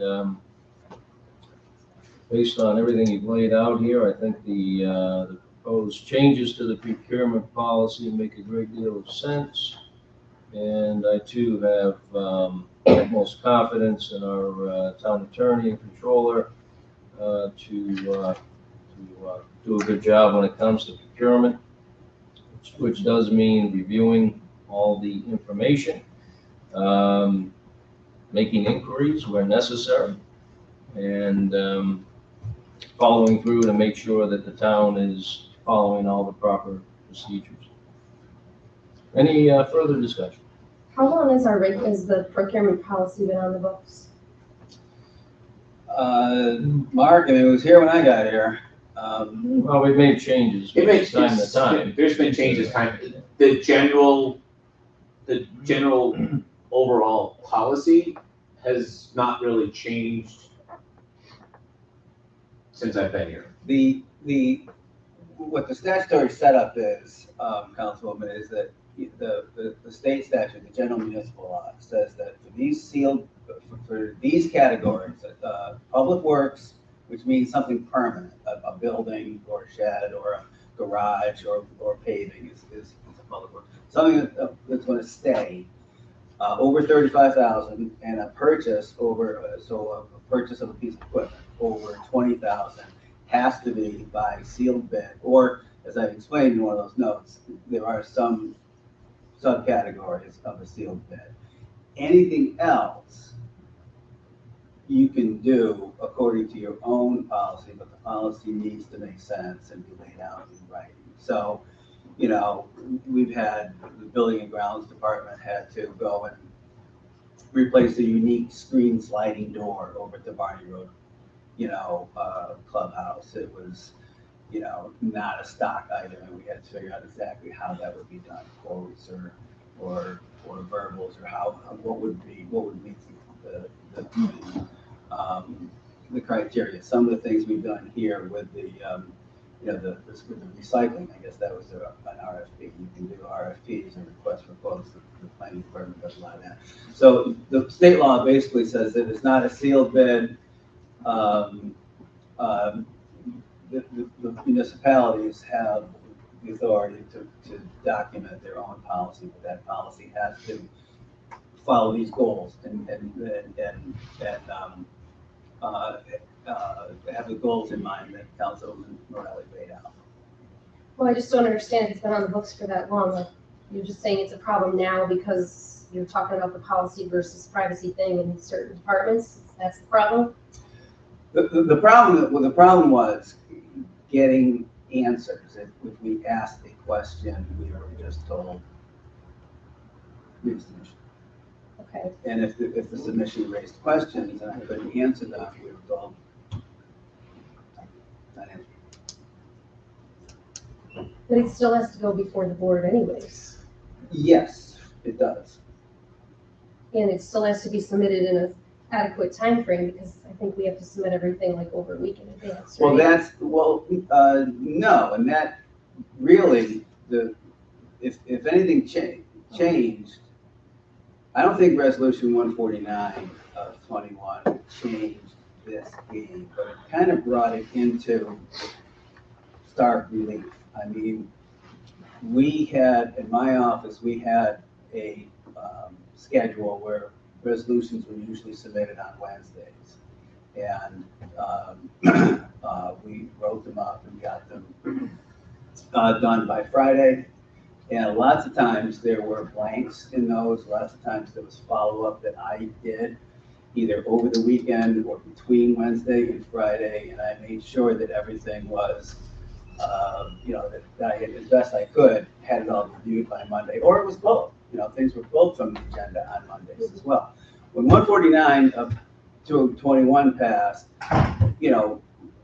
one department decided that, well, first of all, we moved from Wednesday to Tuesday to accommodate Right, extra that. time, yeah. Yeah. And, one department said, well, once I meet that deadline, I don't have to answer my question. That's it, period. You don't get any, no more, I met my obligation. I gave you the material on Tuesday. I don't have to give you any more answers. And I can't work like that. If the submission isn't complete, if I can't see from everything in there why the method was chosen, whether whatever it is, whether the piggyback contract was appropriately bid in the first place by the other entity, in this case, whatever, we had one on today from Onondaga. I may not be able to stop on a dime and turn everything around between Tuesday and Thursday every week. It just became like a shooting gallery. But once it gets onto the agenda, let's say, couldn't you raise your concerns? I could raise the concerns. At the time? I could raise these concerns at the board meeting. Okay. Mm-hmm. Because that's what I'm wondering, like if someone submitted something and they didn't get back to you in time or whatever, and it still made it on, you could still raise your concerns and it could still be voted on. Could, I'd rather work, cooperatively with everybody. And for years, I mean. Talk about it at the town board Yeah, meeting. yeah, then we can do it that way. Yeah, that's fine. For years, most departments still do. If they have anything that's a little tricky, a little gray, they'll call us weeks before they even put it out. They'll call us before they put it out and ask either Mark or I, what method to use, or propose a method and ask us if it's appropriate. Here, especially in this environment, but in any environment, if you choose one method and you get quotes or something, and then the price comes in, that's why we put in here this caveat about if you think it might be even within 15% of those $35,000, $20,000 thresholds, do a sealed bid. And that's because if you go out for quotes and you get a couple of quotes, now the quotes are too high, it has to be a sealed bid, and now 3 companies in the market know what the other people have quoted. So it's better if you work with us ahead of time rather than try to jam it in between Tuesday and Thursday every week.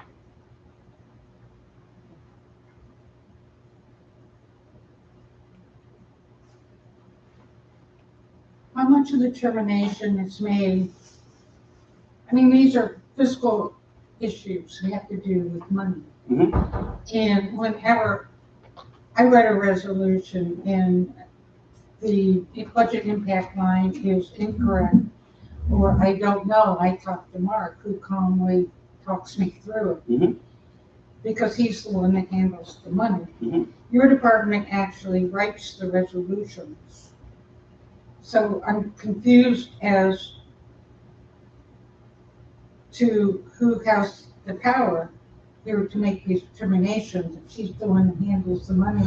And he's the one, I mean, I've screwed up the resolution on that line too. Mhm. I think we all have. It's not intentional. We just didn't know. I feel like we're making this more complicated than it has to be. If we had sit-down discussions, I've never, like I said, I screwed up that line myself, but I've never had somebody sit down and explain to me. So if somebody isn't doing it right,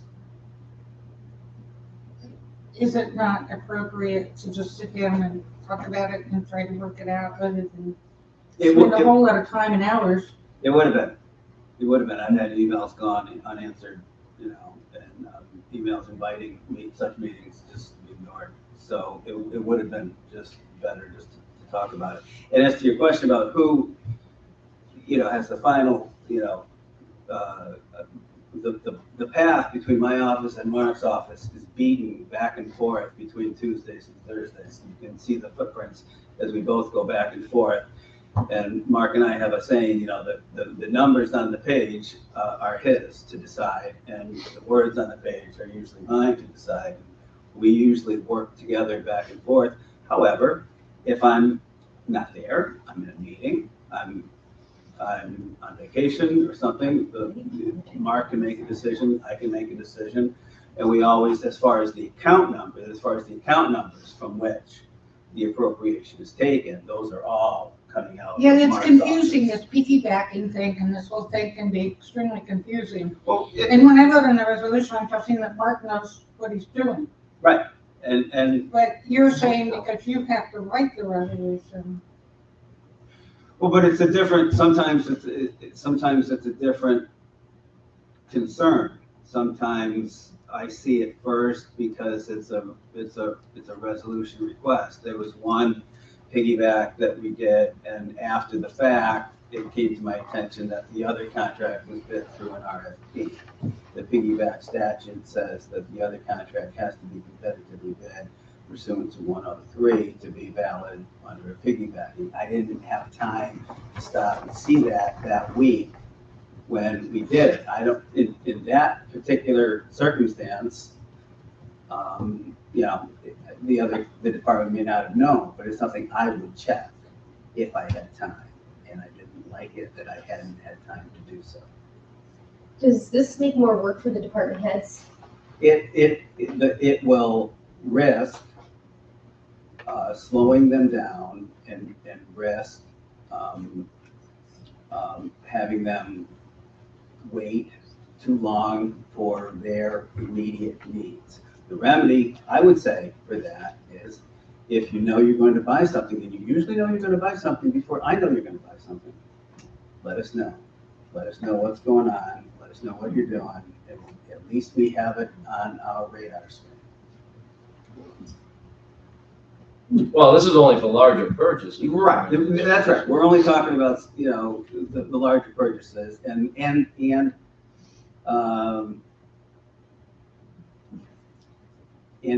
things with a lot of moving parts. Some of these piggybacks have a couple of moving parts to them.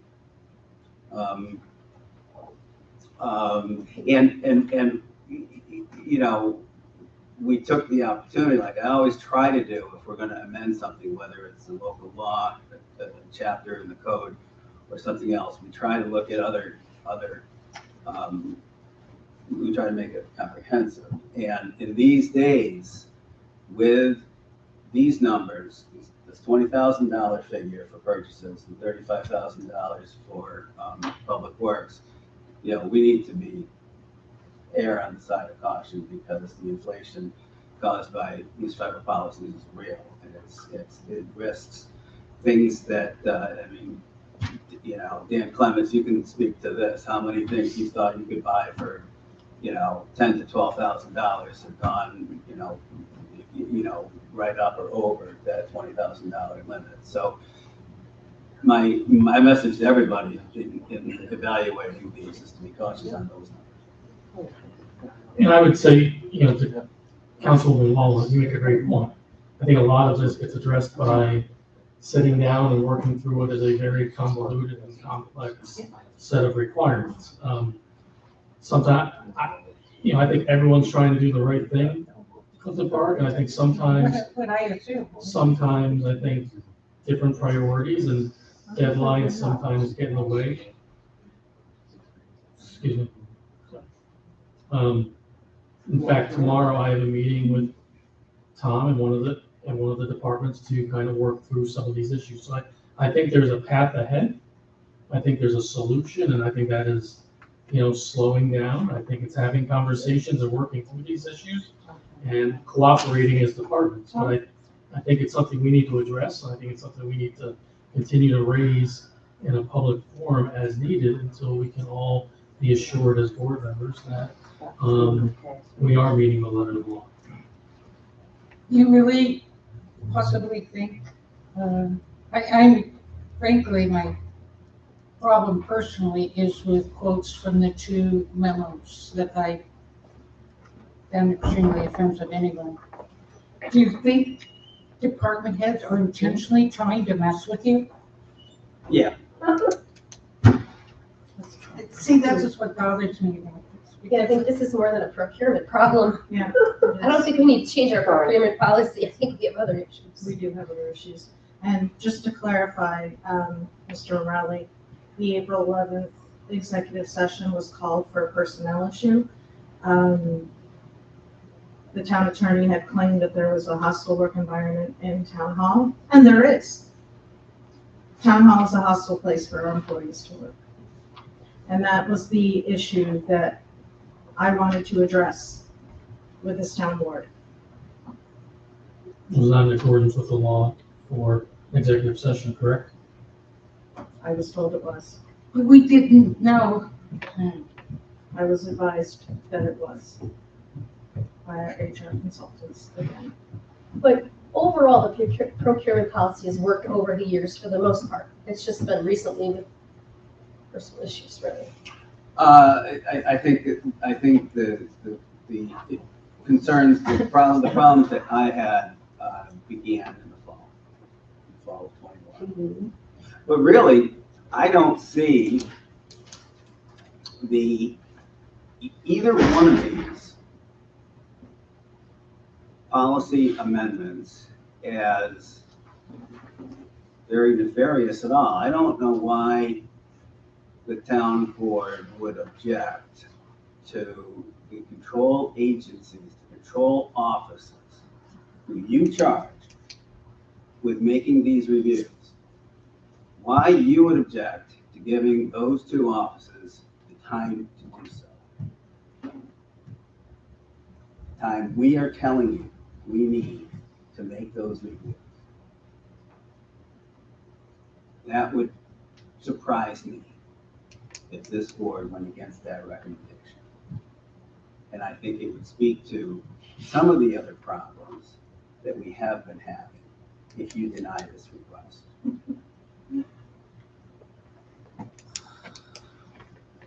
Is that another threat, Any Mr. other McCarthy? discussion? Is that another threat, Mr. McCarthy? I said it would surprise me if the board denied the public offices the time to do the reviews that you have charged us with doing. Before you came to work at the town of Clifton Park, before Mark came to work at the town of Clifton Park, a lifetime ago, before the supervisor came to work for the town of Clifton Park, the procurement policy has worked. Our department heads worked very hard to make sure that their procurement follows the letter of the law. This is offensive to me. And if you really would like to get into the details as to why this is being brought up, we can. We can do that right here. Again, I tried to take that into consideration in a private matter in executive session. But, you know, if you want to spin it your way, you spin it your way. But this is nonsense. And I am offended by this resolution. And I will not be threatened in order to vote in favor for it. So I do not support it. What threat was issued? I didn't hear a threat. I did. You can watch the tape back over, Mr. Morelli. And some of the statements that you made were inaccurate. Very inaccurate. So the statements that I made, The statements that you made were inaccurate. the statements that I made cited to a memo. I read from the memo, so The memo is The a only- one-sided Excuse me, document that was I wasn't never there. allowed to be addressed. I tried to address that memo with this town board in an executive session and was verbally harassed by the town attorney and the town supervisor. What you said is inaccurate, Mr. Morelli. no, Thank what I you. said was in What you reference said to is a memo inaccurate, Mr. Morelli. that is on file for anyone who wants to take it from the town clerk's office.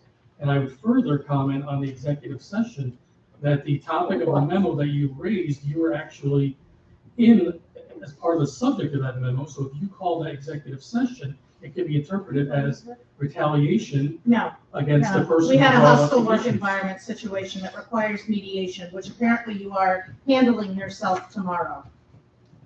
Ignoring my request for an independent mediation. But I don't even know. I think independent mediation would have solved this whole thing, and again, I'm mostly offended that it seems the whole reason that we're looking at this is because of two memos that I find extremely offensive, and a lot of slanderous, inappropriate statements were made. Yes. So that's, so if this whole thing is done on those two memos, then I absolutely, this is just another vendetta thing that's going on here, which is causing a hostile workforce. Again, I don't know why what these two policies would do, would give the town attorney and the town controller 14 days to review a procurement. If it, to determine whether it met the 103 criteria. And the other one would just ask that everyone, respond to inquiries and request further information as may be reasonably necessary. I don't see these policy changes as being that nefarious. The risk that I see is the one I identified, that, for everyday routine purchases, we have seasonal cycles of purchase and acquisitions. And sometimes if you need something for the spring, you need something for the spring. And sometimes 14 days can slow something down. That's the risk I see in this. But it's the only risk I see in this. But depending on the project, it could be a problem. 2 weeks is a long time. And I have a problem with that it's Well- going to be a lot more work for the department heads. I don't want to put any more work on them than necessary.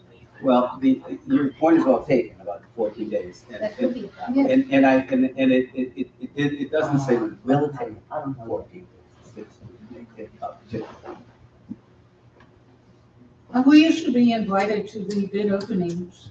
Now we don't even know where they are, when they are, and where. Is there some reason? I don't know. Is that noticed? Are bid openings noticed? The Sealed bid bids. openings, sealed bids, they're on the website, on the town clerk bulletin board, they're posted on the boards. Okay. Sealed bids are. Okay, that's still, Okay, any further discussion at this point? Teresa? Councilwoman Flood, No, Councilwoman Standard, no. Councilman Morelli, Yes, Councilwoman Wallowit, No. Supervisor Barrett. Yes. Resolution number 130 of 2022, a resolution appointing Jennifer Gleason as a member of the planning board. So moved. second. Okay, Ms. Gleason is currently the alternate of the planning board. We've had a recent vacancy with the resignation of the chairman of the planning board, and so I contacted Jennifer Gleason, as we always do, the alternate, to see if they would like to move to be a full member, and she said she did. So put this forward. She's been regularly attending meetings and participating, and we appreciate her volunteership on behalf of the town. Any discussion? Okay, Teresa? Councilwoman Flood? Yes. Councilwoman Standard? Yes. Councilman Morelli? Yes. Councilwoman Walowitz? Yes. Supervisor Barrett? Yes. Resolution number 131 of 2022, a resolution authorizing the supervisor to sign a lease agreement with Fruitful Christian Church for rental of the top floor of the Burning Bush Clubhouse. So moved. Second. I thought we already covered. The church has been a tenant for a number of years, and they're a good tenant. And I lived several years in a spot where I could just look over and see the building, and they always kept it tidy on the outside as well as the inside, and just done a wonderful job caring for the town's property there. So I would recommend we continue to lease the property to the Fruitful Christian Church. Discussion. Okay, Teresa? Councilwoman Flood? Yes. Councilwoman Standard? Yes. Councilman Morelli? Yes. Councilwoman Walowitz? Yes. Supervisor Barrett? Yes. Any other business to come before the board this Well, evening? that was quick. Okay, we'll go to public privilege. If you'd like to speak on a town matter, please raise your hand. We'll ask that you come forward. State your name and address for the record, and please keep it 5 minutes or less. Any takers? Ma'am, did you? Yes, please, come on up. Do I have, you can hear She me, has right? an oxygen. Oh, I'm sorry, sure. Here, I'll just, Thank you, Dan. No, I'm we'll fine. get you. You can hear me. Right. Yeah, Okay. I talked with Mr. Barrett last week, and, Excuse me, could you my name state is your Bonnie. name? Could you state your name for us, please? Yes, my name is Bonnie Arbitrio, and I live at 602 McElroy Road in Boston Lake, the town of Clifton Park. And I talked to, I called the town, Mhm. and then Mr. Barrett was very, very nice to call me back about my concern about the speed limit on McElroy Road, going from the four corners of Jonesville, and I think it's going west to 146A. 2146A, right. Yes. Yep. And the speed limit there is 45 miles an hour, starting at the four corners and going all the way down to 146A. Now, I've been there for 42 years. And I have noticed that there are motorcycles, kids in their revved up cars, trucks, cars, that they rev up on the four corners there and go by my house, and I'm telling you right now, as long as I'm standing here, that they're going at least 60 to 65 miles an hour. And that's 20 miles over the speed limit. What I'm looking for is to lower that speed limit from the four corners for at least 1 mile to at least 35 miles an hour or 30, then open it up to 45. Mhm. Because going the other way, other direction, Hubs Road was knocked down to 30 miles an hour. Main Street in Jonesville is 30 miles an hour. I know East Line Road is 45, it cuts it down to 40, then it opens up to 45. We have children on that road, we have animals. Now, I know there's a leash law in the town of Clifton Park about having your dogs on leashes. Fine, but there are children there. And you know, who knows about children? And these people have got to either be ticketed, stopped, whatever.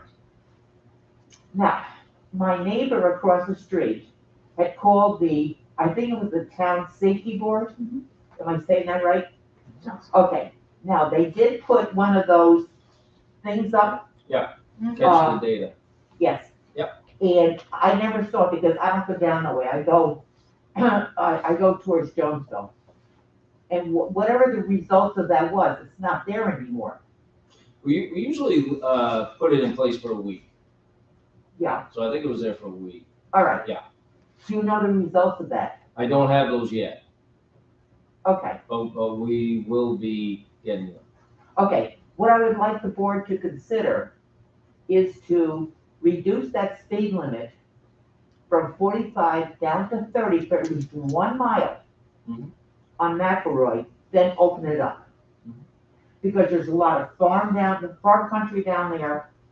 And, but where I live, there's children. And I don't want to see anybody get hurt. I went out the other day to get my mail. I get my paper. And I have to stand behind my mailbox because these people are going crazy with the speed. I don't want to get hurt. But why should I fear for my life when these people have got to control their speed? Okay, I think I said my piece. No, that was well said. Okay. Well said. I actually have the data from the speed trailer that was out there for McElroy just this past, this is, the chart that I have is actually dated April 27th, so it was the most recent data collected. And the majority of cars, we've got the speed limit 45, 1,967 cars were within the limit. We did have significant number of cars that were speeding, you're absolutely correct. 232 going in excess in 51 to 55, 74 vehicles, 56 to 60. That's Northway, right? That's Northway speed limits. We've got it. 61 to 65, 15 cars. 66 to 7, 6 cars. 71 to 75, 2 cars. 76 to 80 miles per hour, 1 car. 81 to 85 miles per hour, 1 car. So this data, what we do with it is it goes to our town security department. And when we see, because they know the times, we have all the data lined out and we know what times that these cars are typically there, our town security contacts law enforcement.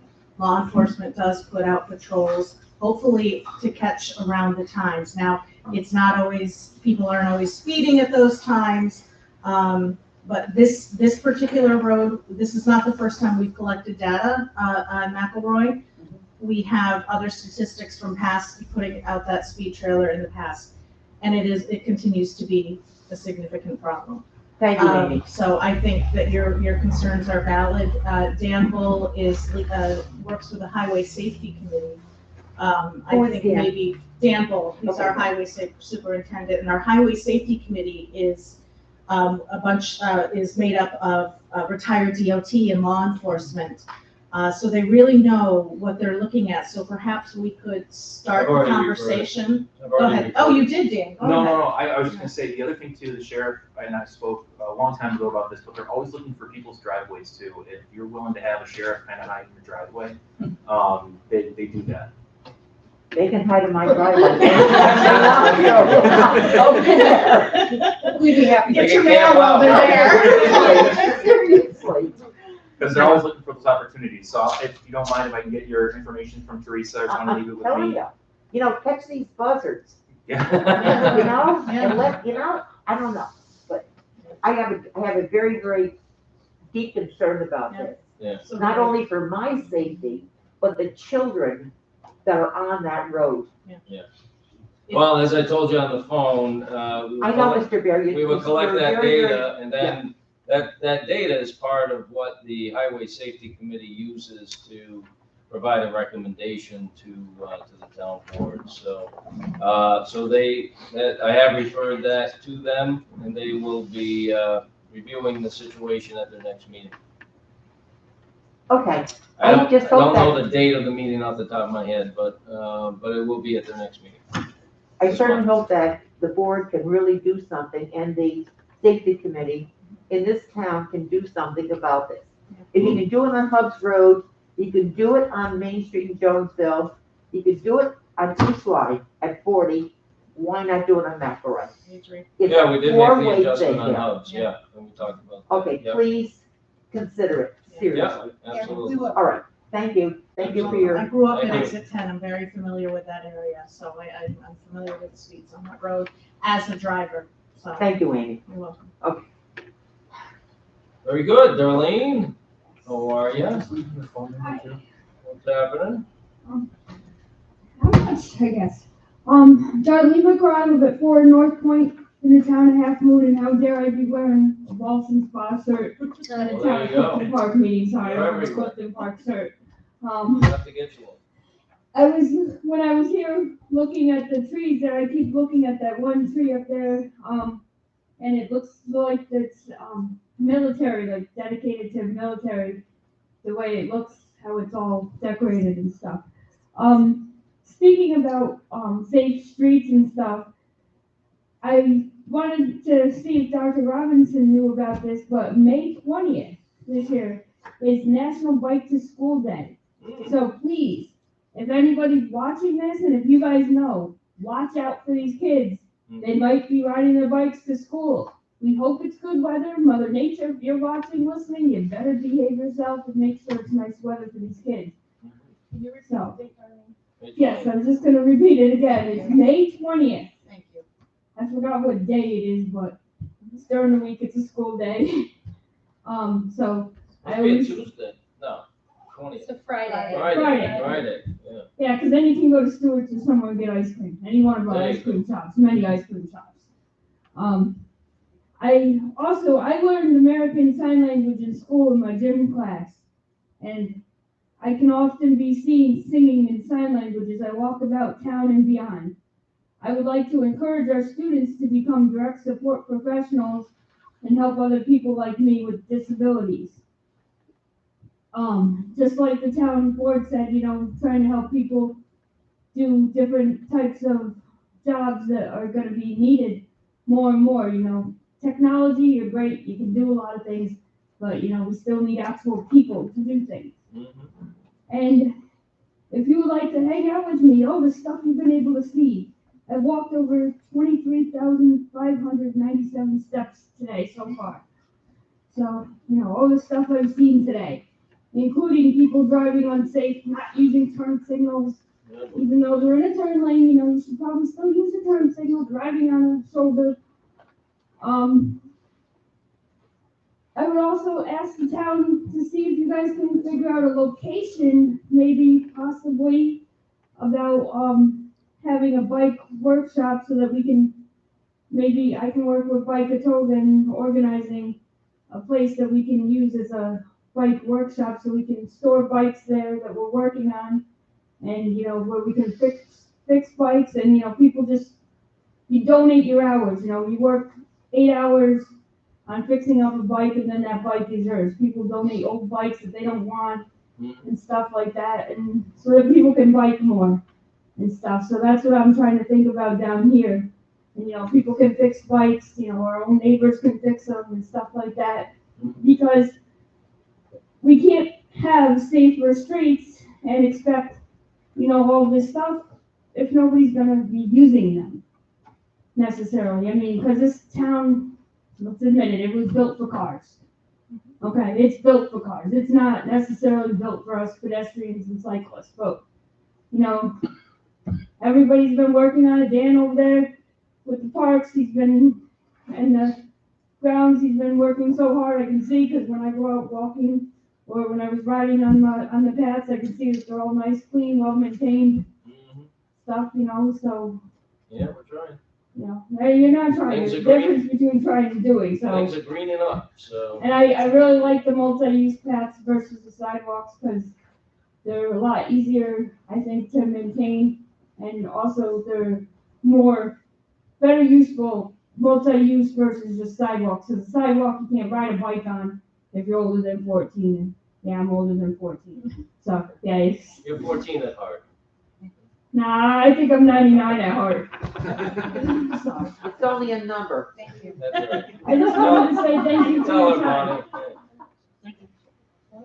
All right. Well, Motion to adjourn. Unless.